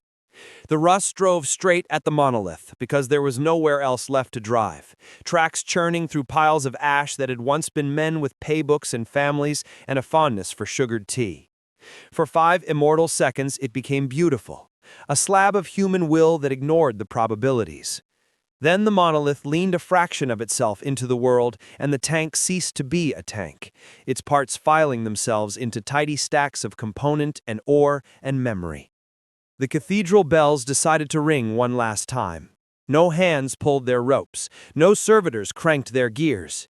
They swung because the air around them had shifted key again, and Bronze remembered it was meant to answer. The notes rolled over the hive and out across the valley where refugees watched with hands over their mouths. The bells did not sound like surrender. They sounded like a city taking a breath before it sank. Night broke all the way down when the obelisks that had hovered like patient knives leaned inward and kissed points on the plaza in a pattern older than the stones beneath them. The kiss became a beam, The beam became a net, and everything enclosed by that geometry softened, lost argument with definition, and flowed toward the monolith as neatly as a river takes the slope it has been given. Where the net passed, color died first, then heat, then memory. When it lifted, the plaza was smooth and black and perfect, and the Aquila scraps that Charon had wrapped around his arm were gone, as if the idea of them had been rude. On the ridge above, a child who had not spoken since the first echoes looked up at her mother and finally asked a question in a voice like paper. "If this was theirs before us, do we count as thieves?" Her mother did not answer, because the truth carried teeth. She only pulled the child close and kissed her hair and stared down at the place where her city had stood, listening to the hum as it settled into something like a lullaby that did not mean sleep. The breaking of night spread outward in waves, consuming more than land and stone. It seeped into minds, into the marrow of every living thing, until even hope seemed like an echo too fragile to survive. In the refugee caverns, silence held like frost. Families huddled together, listening not to the cries of their children, but to the hum that rose through the rock itself, a resonance that made lantern flames quiver and blood feel heavy in the veins. A miner swore he saw veins of emerald light bleeding through the stone walls, forming patterns too precise to be cracks. He struck them with his pick, but the rock resisted as though it were no longer rock at all, and when he touched the glow with his bare hand, he screamed once before turning to ash that drifted upward instead of falling. Above, the hive was gone. Where towers once stabbed the heavens, there was now only a single vast expanse of black stone, polished smooth as glass and etched with glyphs that shifted like stars in slow procession. From orbit, the surface no longer resembled a world at all, but a circuit, a sigil, a design written across the crust in a hand older than humanity. A few ships packed with the desperate who had fled before the skies collapsed lingered in orbit and transmitted their visions before vanishing into silence. The last transmission described the monolith opening fully, its heart a void of impossible depth, swallowing the light of the stars around it. In the valleys, survivors tried once more to fight. Astra Militarum stragglers, militia deserters, and even civilians with scavenged lasguns gathered in ambush along a canyon road, hoping to catch a Necron phalanx in crossfire. For a moment they succeeded. Bolts of fire converged, grenades detonated, rubble crashed down from above. But when the dust settled, the Necrons marched on unbroken, their ranks closing around the fallen with surgical precision. The canyon floor was left empty, not because the defenders had been slain, but because they had been erased, their very presence unmade. Those who escaped spoke of stranger shapes now rising with the legions, tall figures clad in ornate armor, their motions regal, their very silence carrying the weight of command. Lords, they called them, though none dared speak the word above a whisper. Behind them drifted constructs vast as cathedrals, arcs that glowed with power enough to split mountains, their weapons humming like a choir that had no need of words. And all the while, the emerald glow grew brighter, spreading across the sky like a false dawn. It was not the light of life, but of reclamation, an empire of steel and memory reminding the galaxy that it had never truly died. The breaking of night was no longer a moment. It had become the new order, and the living were trespassers in it. The emerald dawn did not rise in haste.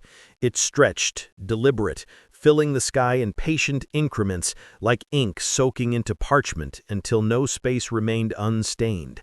Those who watched from the last refuges in the mountains swore they could see shapes moving within that glow, silhouettes vast as continents, forms too immense to be real. Perhaps it was only the mind fracturing beneath what it could not comprehend, or perhaps the glow was not light at all, but memory made visible, the remembrance of an empire older than the stars men named. The Necron advance spread outward from the hive's corpse, each phalanx moving with mechanical grace into new districts, new valleys, new ruins to erase.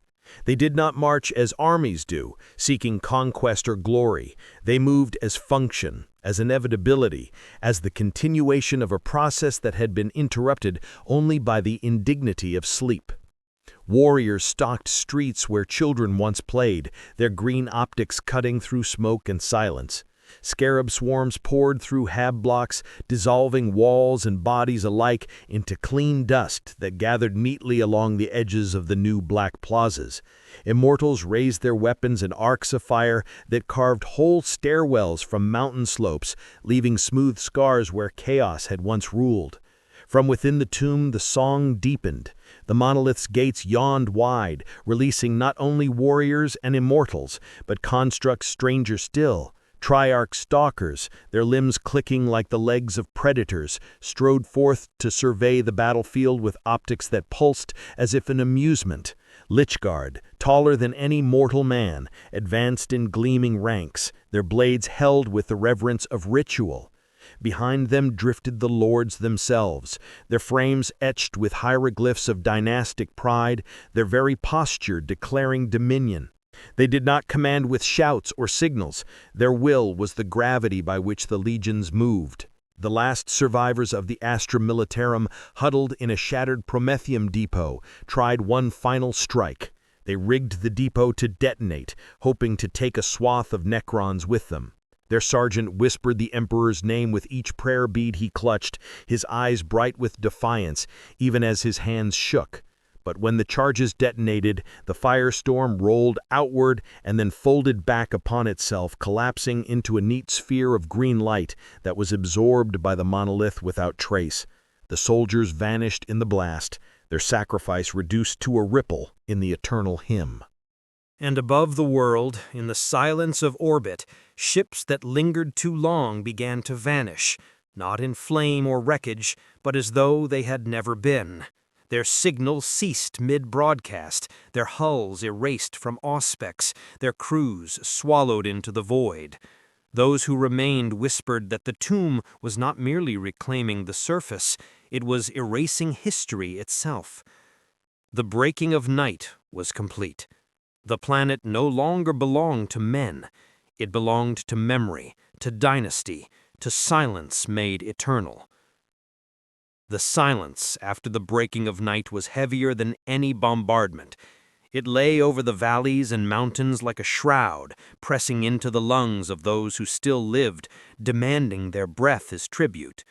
From the caves, the last human eyes looked down upon their world and could not recognize it. Where once there had been forests, rivers, and the sprawl of cities, there now stretched vast plains of black stone, carved with shifting glyphs that glowed faintly in the dark. The land itself had become a monument, an altar to a dynasty too old for human tongues to name.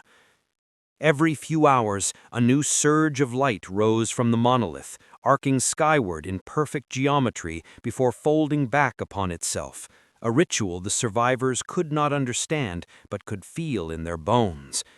Each pulse left them weaker, their skin pale, their thoughts sluggish, as if the tomb was not content to claim the soil, but sought to drain the very vitality of the intruders who had dwelt upon it for too long.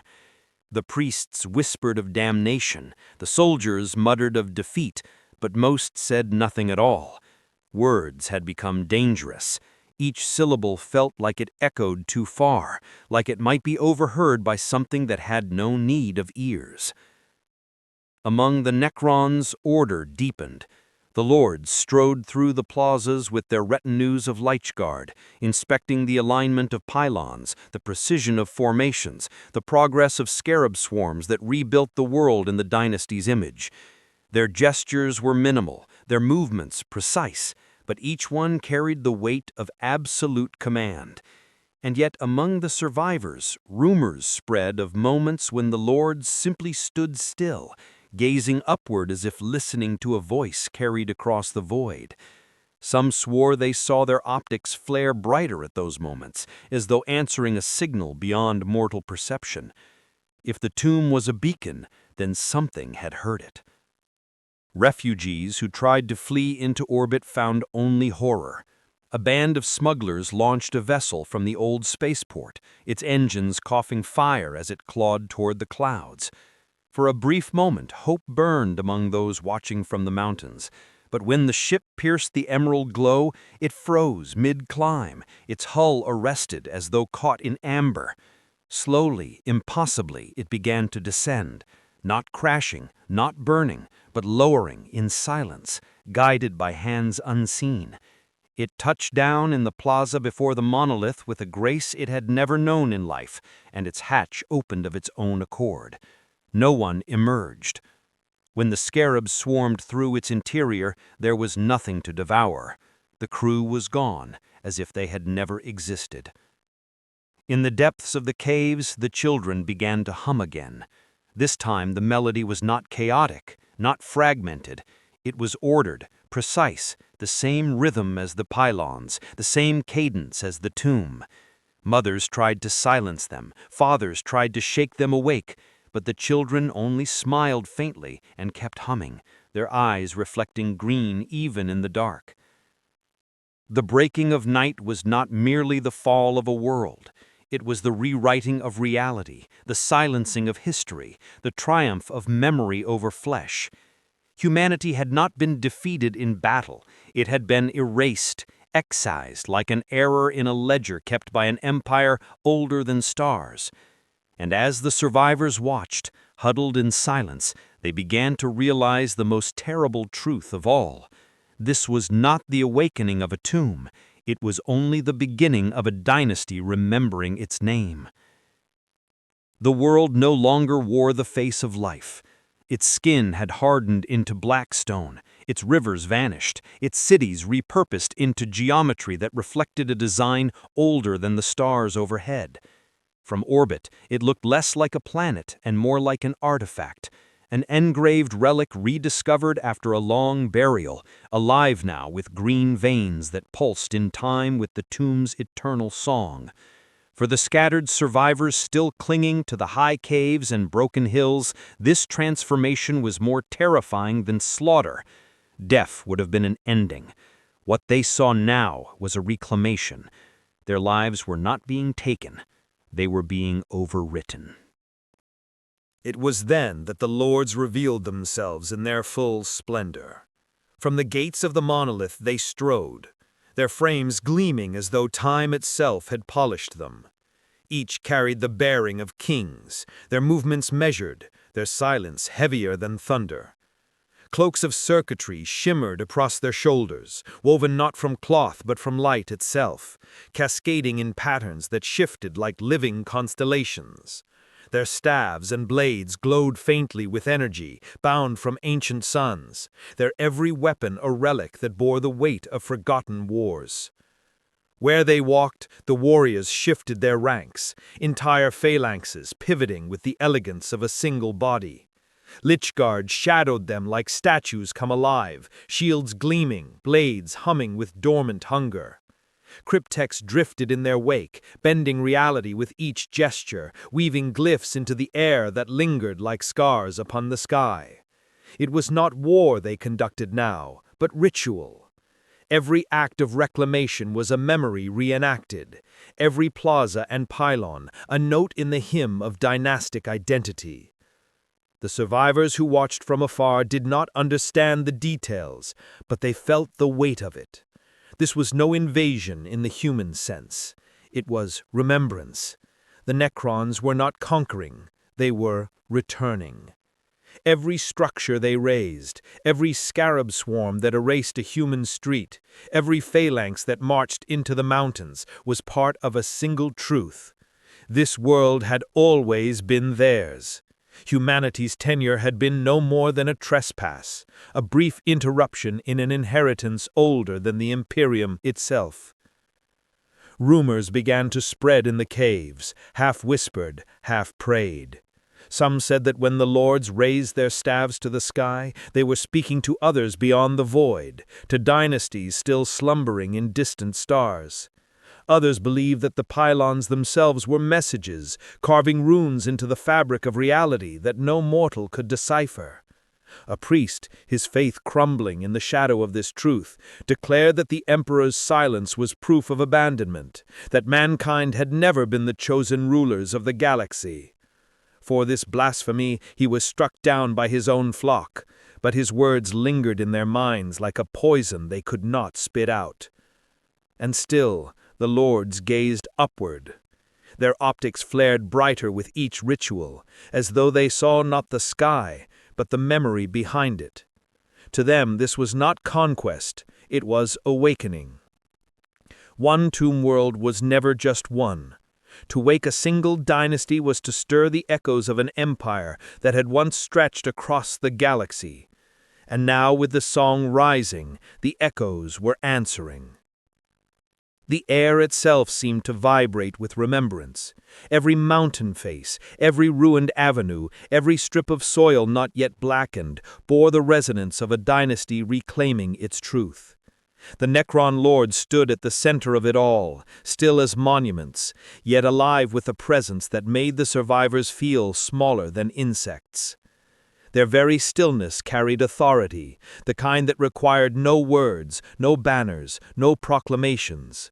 When one lifted a hand, entire legions moved. When one inclined its head, pylons pulsed brighter, their beams aligning with celestial coordinates, as if obeying a map written before humanity had discovered fire. To those who watched, hidden and trembling, the world no longer felt like a world. It was a mechanism, a vast device with a function too immense to comprehend.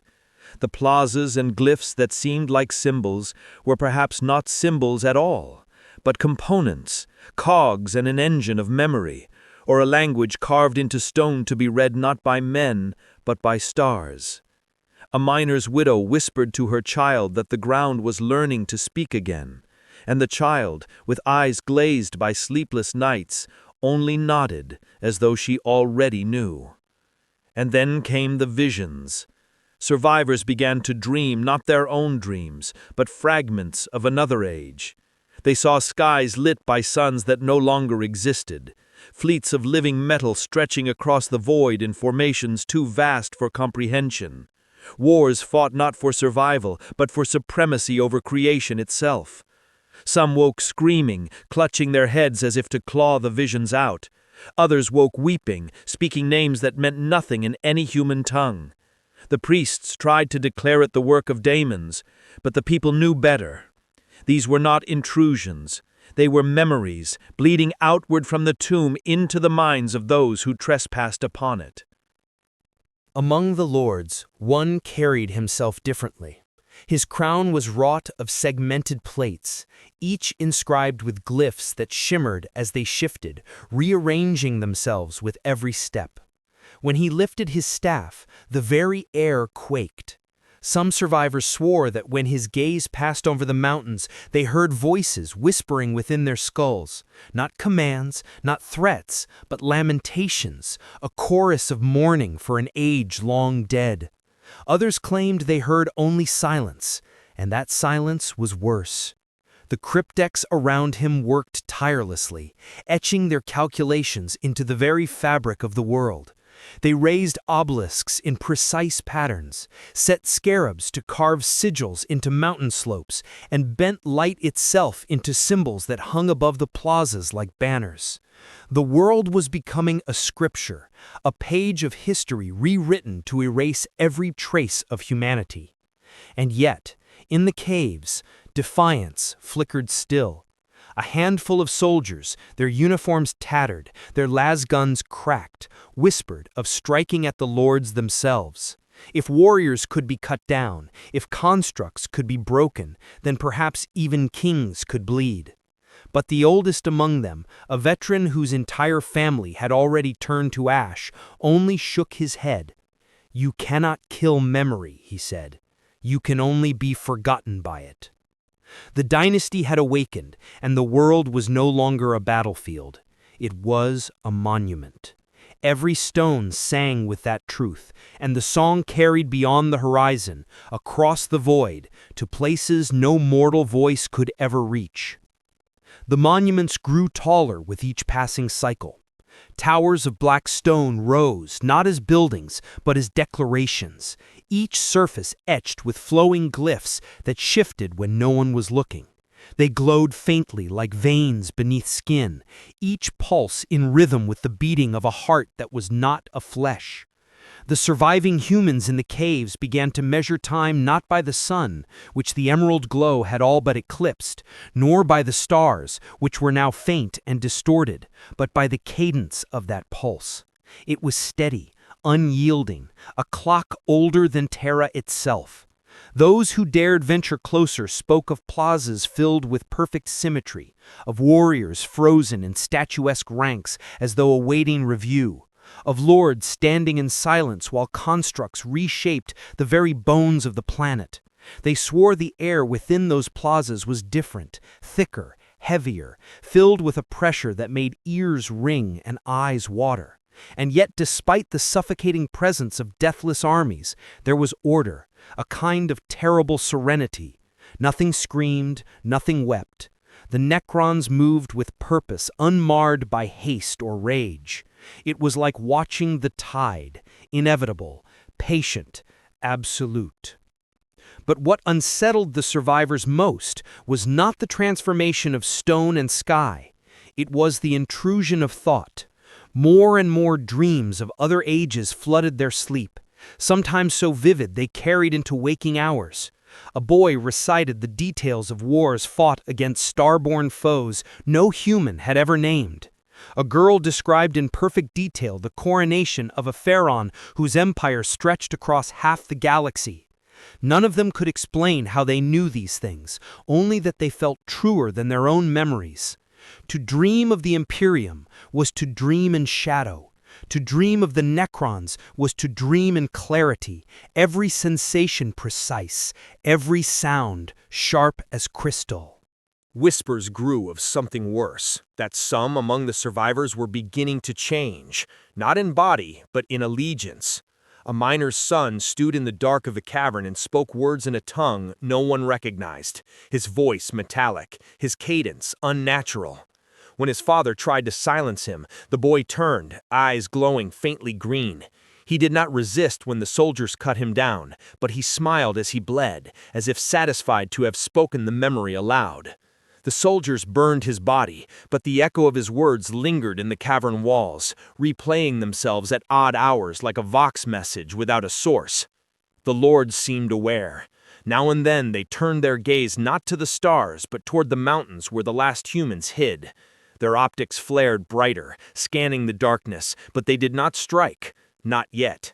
It was as though they were waiting, allowing the survivors to unravel themselves. The thought crept into every mind. Perhaps survival was not a mercy, but a test. Perhaps they were being measured, weighed, studied like specimens under glass. And all the while, the glyphs spread, across stone, across sky, across thought itself. The dynasty was not rebuilding, it was remembering. And in that remembrance, humanity's presence shrank, becoming less than dust, less than shadow. The mountain caves no longer felt like refuge. The walls sweated with condensation that smelled faintly of iron. And sometimes, in the deepest hours, the rock itself seemed to hum in sympathy with the glyphs burning across the plains below. The refugees huddled together, but their whispers dwindled. Words no longer felt safe. Too often, when someone spoke, their voice seemed to echo wrong, as though another tongue shadowed their own. Children pressed their palms against the stone and giggled because they swore it was warm and beating like a heart. Their parents pulled them away, but the children only laughed, as if they belonged more to the rhythm outside than to the blood of their kin. Far below, the plazas of the Necrons expanded, each new line of glyphs feeding into a greater design. From orbit, auspex would have read them as geometry, but to the human eye, they resembled constellations drawn upon the earth, a mirror of the stars twisted into patterns never charted by mankind. The lords walked these plazas in silence, their steps ringing not against stone, but against memory itself. Behind them, the cryptex shaped light into diagrams that hovered above the ground, illusions of impossible machinery that shifted when studied too long. The warriors did not rest. They did not tire. They stood in their ranks as centuries of dormancy had trained them, each one a fragment of a memory, piecing itself back into wholeness. And then the dreams deepened. Survivors no longer woke screaming. They woke silent, their eyes distant, their bodies trembling as if from fever. A mother who had once led hymns in the cavern chapel began to carve symbols into her arms with a shard of rock, tracing glyphs that glowed faintly even after her blood dried. A soldier who had sworn to hold his lasgun until death dismantled it and laid its parts in careful lines, arranging them into patterns no one understood. When asked why, he only whispered, "So they will remember me." It was no longer clear whether the humans were resisting or being absorbed. Faith fractured. Some still clung to the Emperor, muttering prayers in the dark, but their voices sounded thin, fragile, already half erased. Others began to kneel toward the glow on the horizon, not in worship, but in resignation. If memory itself was stronger than life, what meaning could flesh hold? What meaning could hope? And yet there remained a few who whispered defiance. Not prayers, not orders, but stories. They told the children of Terra of the great golden palace, of saints who had walked through fire, of battles where men had stood against horrors and endured. Their voices shook, but in that shaking there was something the tomb could not yet claim, a tremor, a flaw, a spark. Outside, the lords raised their staffs again, and the sky split into emerald lines that stitched themselves into a lattice across the heavens. The breaking of night was no longer a moment confined to this world. It was a signal carried outward, calling across the void. The dynasty remembered, and it was asking its brothers to awaken. The sky itself had become a scripture. The lattice of emerald lines hung above the world, not like storm or aurora, but like an edict carved directly into the firmament. Each line burned steady, unwavering, and those who stared too long began to see more than geometry. They saw meaning. Patterns arranged themselves into dynastic sigils, into fragments of histories no human tongue could recite. Even the illiterate among the survivors swore they understood something of it, as if the sky was not teaching, but reminding, dredging knowledge from the marrow of their bones. In the caves, the strain grew unbearable. Mothers pressed cloth against their children's eyes to keep them from staring, but cloth could not block memory. Children hummed still, always in rhythm with the lattice above. Soldiers tried to enforce silence, tried to burn the strange carvings that appeared on the cavern walls, but the stone bled green no matter how deep they scorched it. A commissar, one of the last, executed 3 men for murmuring Necron glyphs in their sleep. By the next day, the commissar himself was found standing at the cavern mouth, hands lifted as if in greeting, his body emptied of blood, yet still upright. No one touched him. They simply sealed the chamber and left him there, a sentinel facing the glow.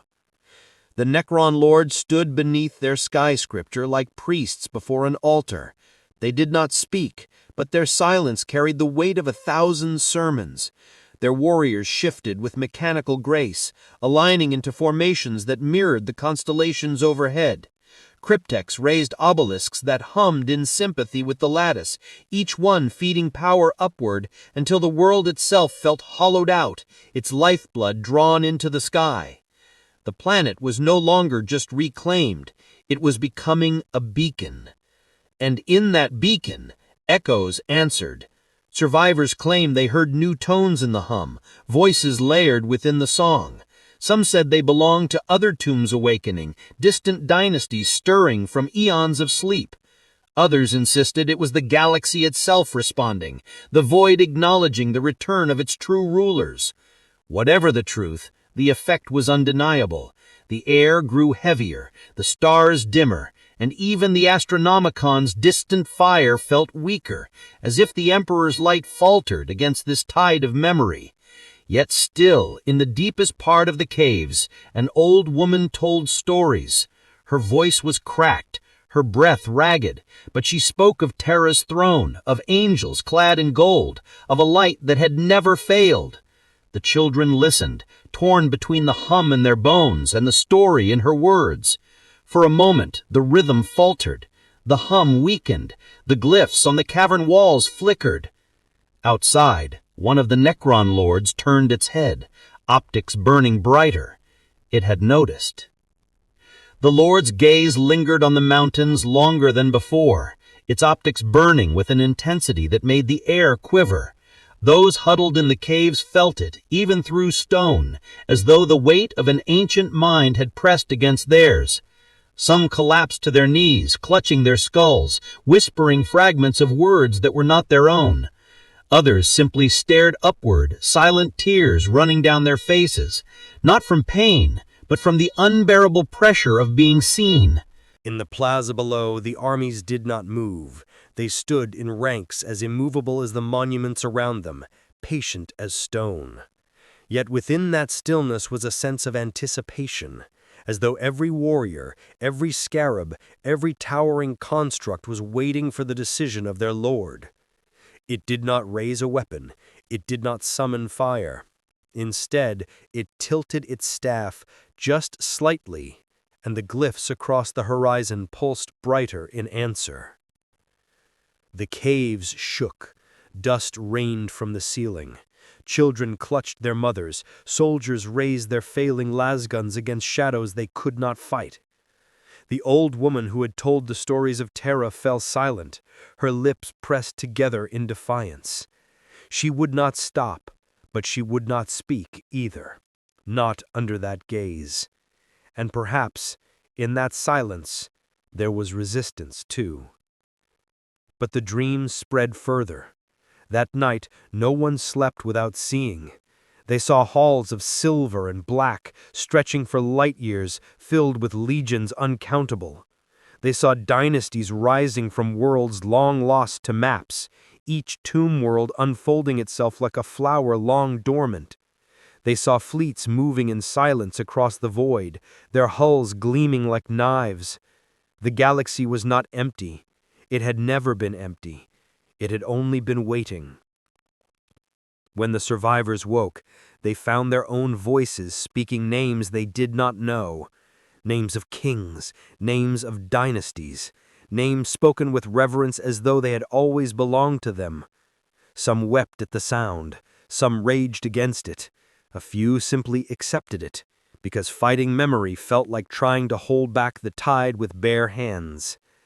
Outside, the lattice in the sky shifted again, lines rearranging into new constellations. The beacon had sent its call. And somewhere, in the deep and endless dark, something had answered. The world was no longer its own. It had become a mouth that spoke in geometry, a heart that pulsed an emerald rhythm, a mind that reached outward into the void. The survivors who clung to the caves felt it every hour, the pressure in their bones deepening, the weight of thought pressing down from above. It was no longer enough to say the Necrons had awakened. The truth was far darker. The tomb had become a signal, and its song had found an audience. The lattice in the heavens spread beyond the curve of the planet, stretching into the void itself. Ships that dared linger in orbit were caught within its geometry, not destroyed, but transformed. Hulls split apart neatly into component pieces as though taken back to the blueprints of their making. Crews vanished, not in screams or flame, but in silence, as if they had been rewritten into some other place, some other memory. Vox traffic across the sector faltered. Astropaths went blind, their eyes bursting with green fire as they shrieked fragments of languages too old to belong to humanity. And then, in the dark between stars, other voices answered. The survivors did not hear them with their ears, but in their dreams. New visions poured in, tombs cracking open on desert worlds, seas boiling on forgotten planets as monoliths rose from beneath the waves. Fleets moving in the dust of nebulae long uncharted. Entire dynasties answering the call, stirred from their deathless sleep one after another. The galaxy was shifting, not in silence, but in chorus, and each note of that chorus pressed harder upon the bones of those still alive, reminding them they were intruders in a world whose memory did not include them. Priests wept, their faith torn between silence and despair. Commissars no longer raised pistols, for even fear had no purchase here. Mothers rocked children who hummed the hymn of the tomb as naturally as a cradle song. And among the soldiers, only stories remained. They spoke not of victory, but of memory, of Terra's light, of the Astropatanzic flame, of the Emperor's gaze that even now must watch. They spoke because speaking was all that was left. To remain silent was to allow the hum to own them completely. Yet silence grew all the same. One by one, survivors fell wordless. They sat with eyes unfocused, lips slightly parted, breathing shallow, as if waiting for a command that was not theirs to obey. Their humanity ebbed away, not in death, but in surrender. They were being rewritten, not slain, not enslaved, but forgotten by themselves. And in the heart of the plaza, the Necron lords lifted their staffs in unison. The signal intensified. The lattice above flared so bright it drowned even the memory of stars. For a moment, the entire world glowed emerald, and the survivors felt themselves dissolved. Every heartbeat exposed to an order older than time. The breaking of night was never about a single world. It was about the galaxy remembering its true rulers. The Imperium, the Orcs, the Eldar, all of it was noise. Memory was returning, and memory had no patience for pretenders. The first answer from beyond the stars did not arrive with ships or fire. It arrived as absence. In the hour after the lattice brightened past endurance, the planet's winds stopped. Clouds froze in their courses like banners that had forgotten how to move. Sound thinned until even the scrape of boot on stone felt like a trespass, a private sin. In that uncanny quiet, a new geometry unfolded above the world. Lines within lines, a second web inset into the first, like calligraphy written over an older script by the same unerring hand. Those who dared look too long tasted metal on their tongues and bled from the rims of their eyes. Those who looked away felt the same pattern map itself across the inside of their skulls, an after-image that refused to fade. In the plazas, the lords altered their stance by fractions. It was not a bow, not deference in any human sense, but a calibration, a harmonizing of posture with the cadence of a voice at interstellar remove. The immortals tightened their ranks. The Lich Guard rotated shields by a degree so small that only augmetic eyes would have measured it. And yet the change made the world seem to click truer in its rails. The cryptex lifted their staffs and traced arcs that left afterglows lingering like comets.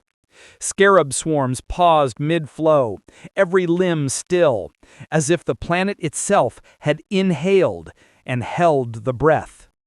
The survivors in the caves felt the inhalation as a pressure behind the heart. One woman pressed her palm to the rock and whispered a child's prayer to saints who had died before her grandmother's grandmother was born. Her husband gripped her wrists and begged her not to speak, because words were what the world noticed now.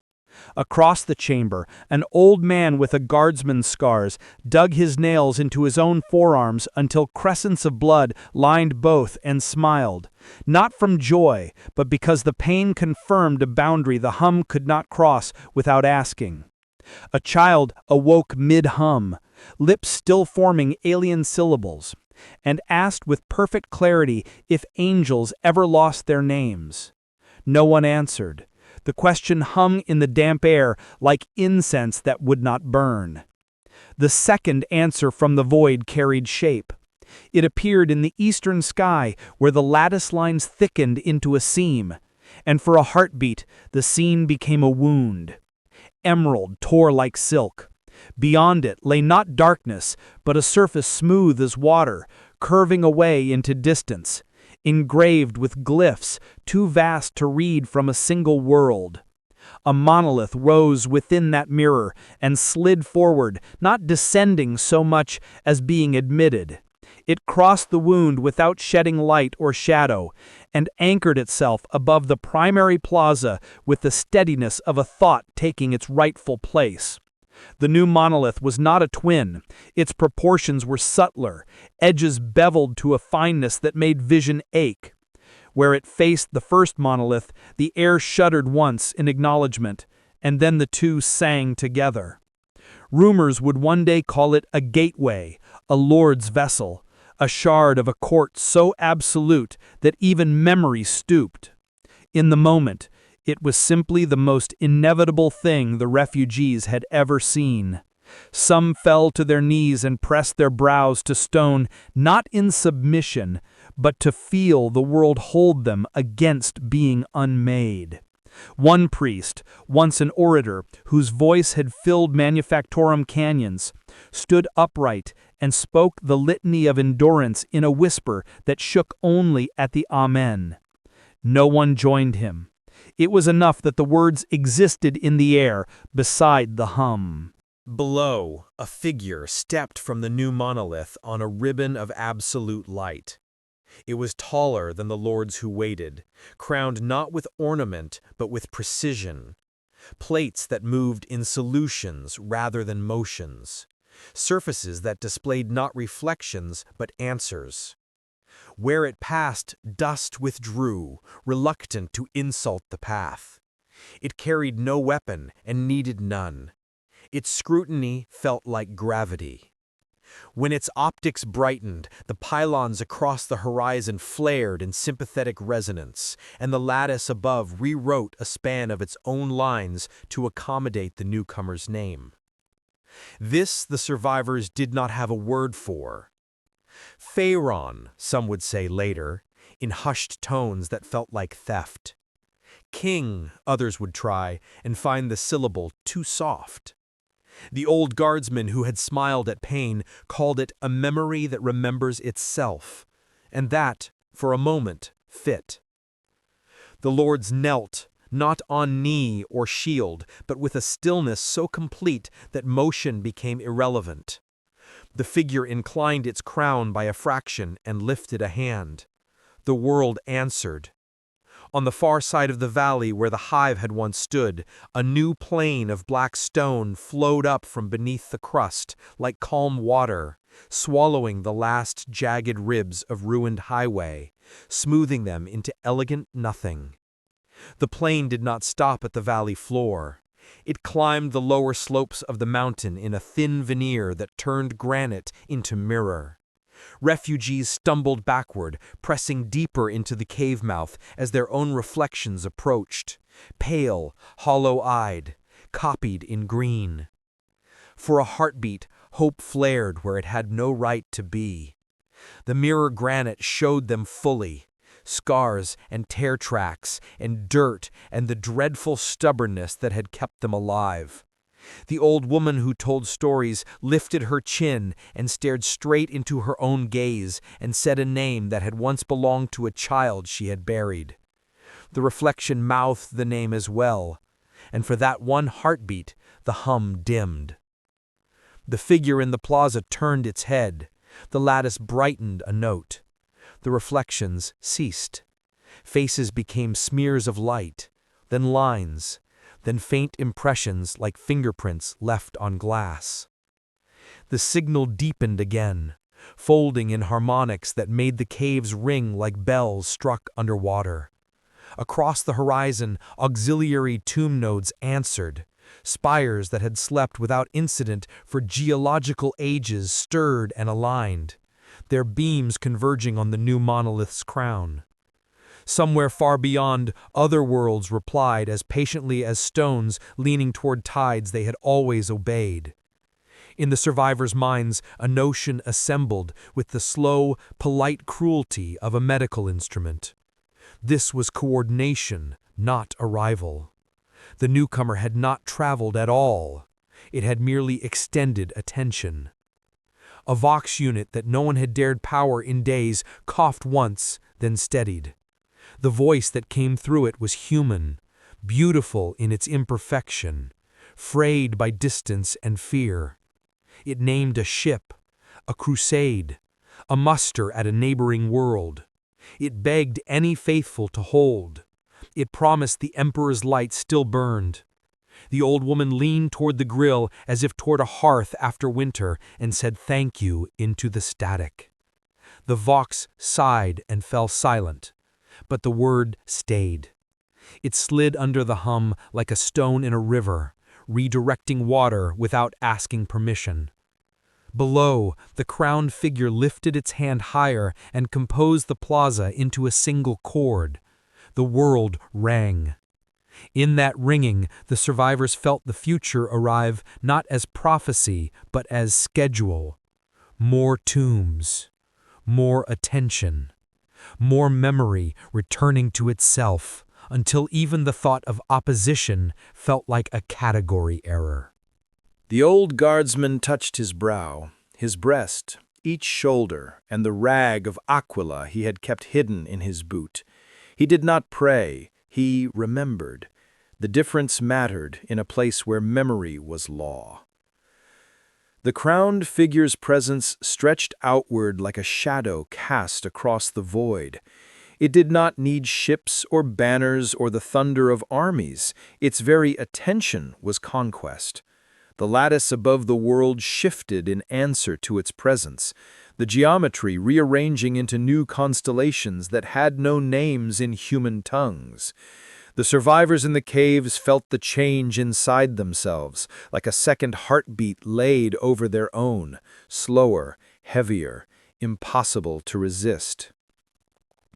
One of the children began to laugh in her sleep, not with joy but with precision, each note of her laughter matching the rhythm of the glyphs overhead. Her mother shook her, desperate, and the girl awoke with her eyes shining green. She spoke a phrase that no human could have taught her, syllables like broken glass, and the stone walls echoed it back until the cavern rang. Soldiers raised their guns but could not fire. How could they? The girl looked like all their daughters. The mother only wept, clutching her child as though flesh alone could anchor her against the tide of memory. In the plaza, the crowned figure lifted both hands, and the new monolith brightened until it was a sun of emerald fire. The ground trembled. Scarabs ceased their carving and froze in neat formations. Warriors locked their limbs into stillness so complete it might have been stone. The cryptex traced glyphs faster than mortal eyes could follow, building diagrams of light that spun into spheres, each one collapsing into the figure's crown like offerings consumed. The hum deepened, resonant now with harmonics that made even the stars seem to flicker. The survivors knew instinctively that this was not the end of their world. It was the beginning of something far larger. The signal had gone out. Other dynasties were stirring, answering the call. This place had been the first note in a symphony, but it would not be the last. The galaxy was about to remember its true masters, and the Imperium, the Orcs, the Eldar, all would be reduced to noise before the choir of the Necrons. Yet even here, in the last shadows, a spark endured. The old woman who told the stories pressed her palms together and whispered the creed, her voice barely more than breath. Around her, the children listened, and for one heartbeat, just one, the hum faltered, like a string pulled too tight. It returned, stronger, merciless, but the survivors had felt it. Memory could be resisted, even if only for a breath.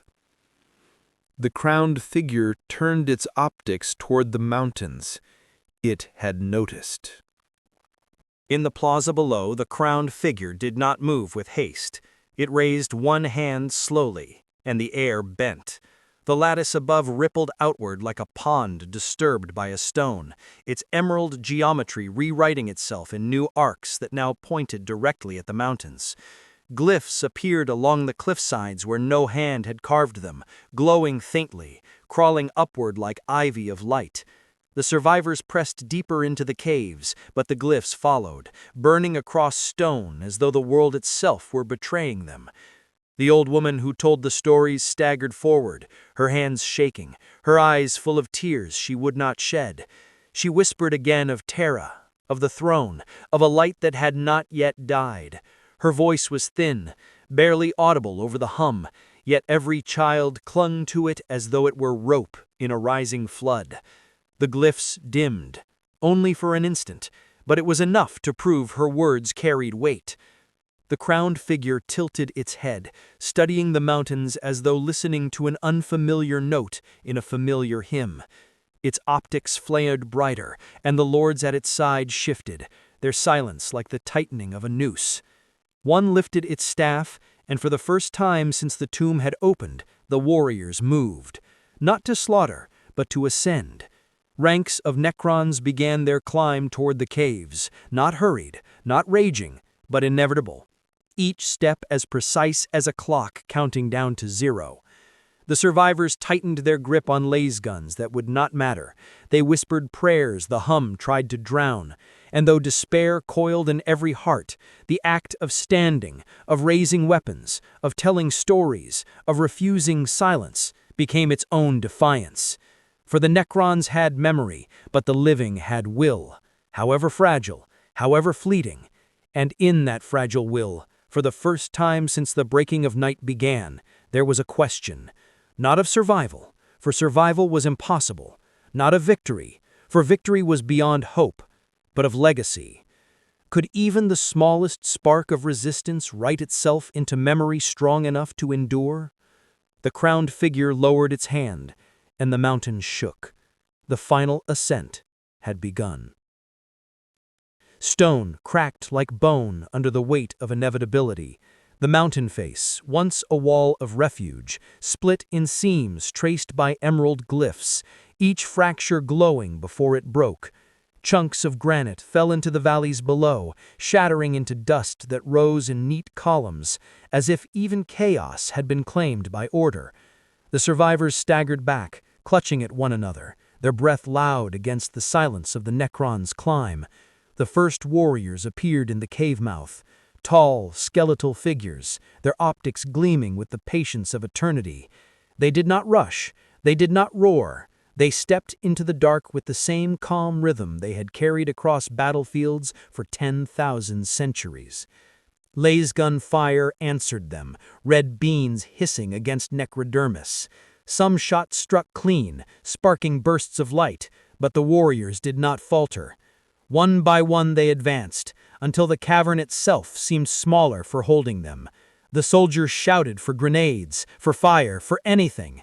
Explosions tore through the front ranks, collapsing stone onto Necron frames, but the rubble shifted and the warriors stood again, emerging unmarred. Fear spread like smoke, but so too did defiance. Men and women braced their shoulders, dragged children behind them, reloaded weapons though they knew it was futile. In the shadows, the old woman lifted her hands and began to speak once more, not to the Necrons, not to her kin, but to memory itself.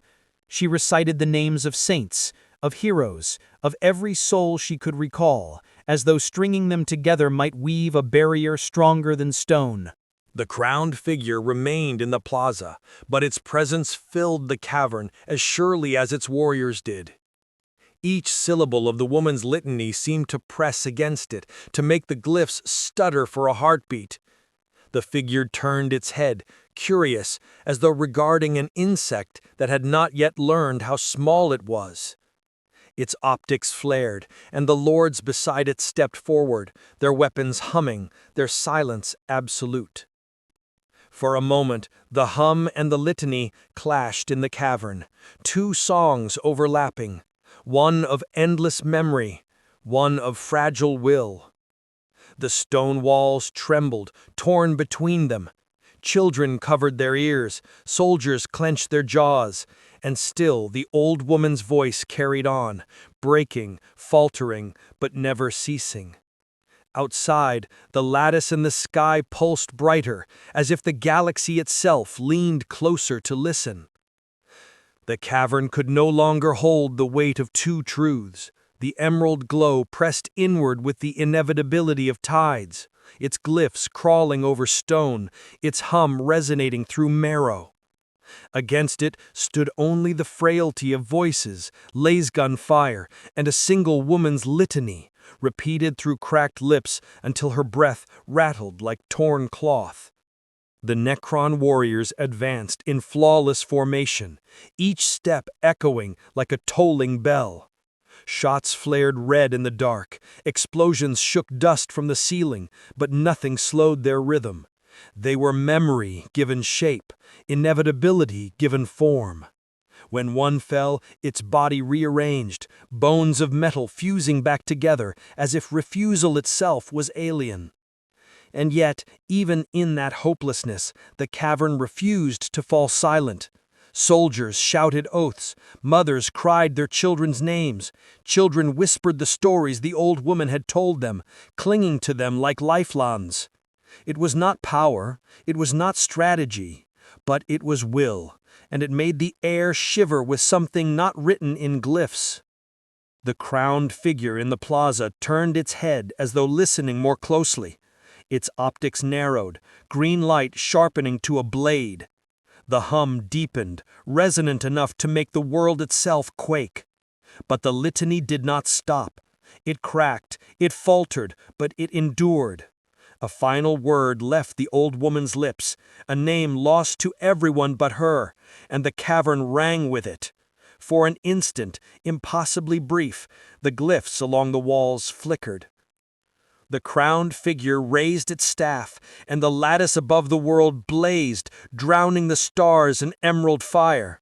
The mountain split, the cavern collapsed. The voices of the last survivors were swallowed in stone and light.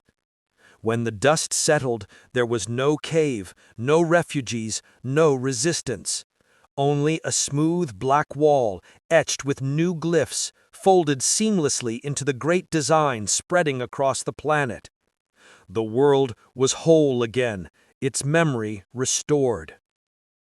In orbit, Auspex arrays failed as the lattice expanded, its geometry stitching outward into the void. Tomb worlds stirred, dynasties answered.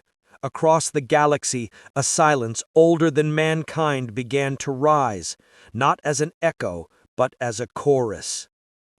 And in that silence, the breaking of night was complete.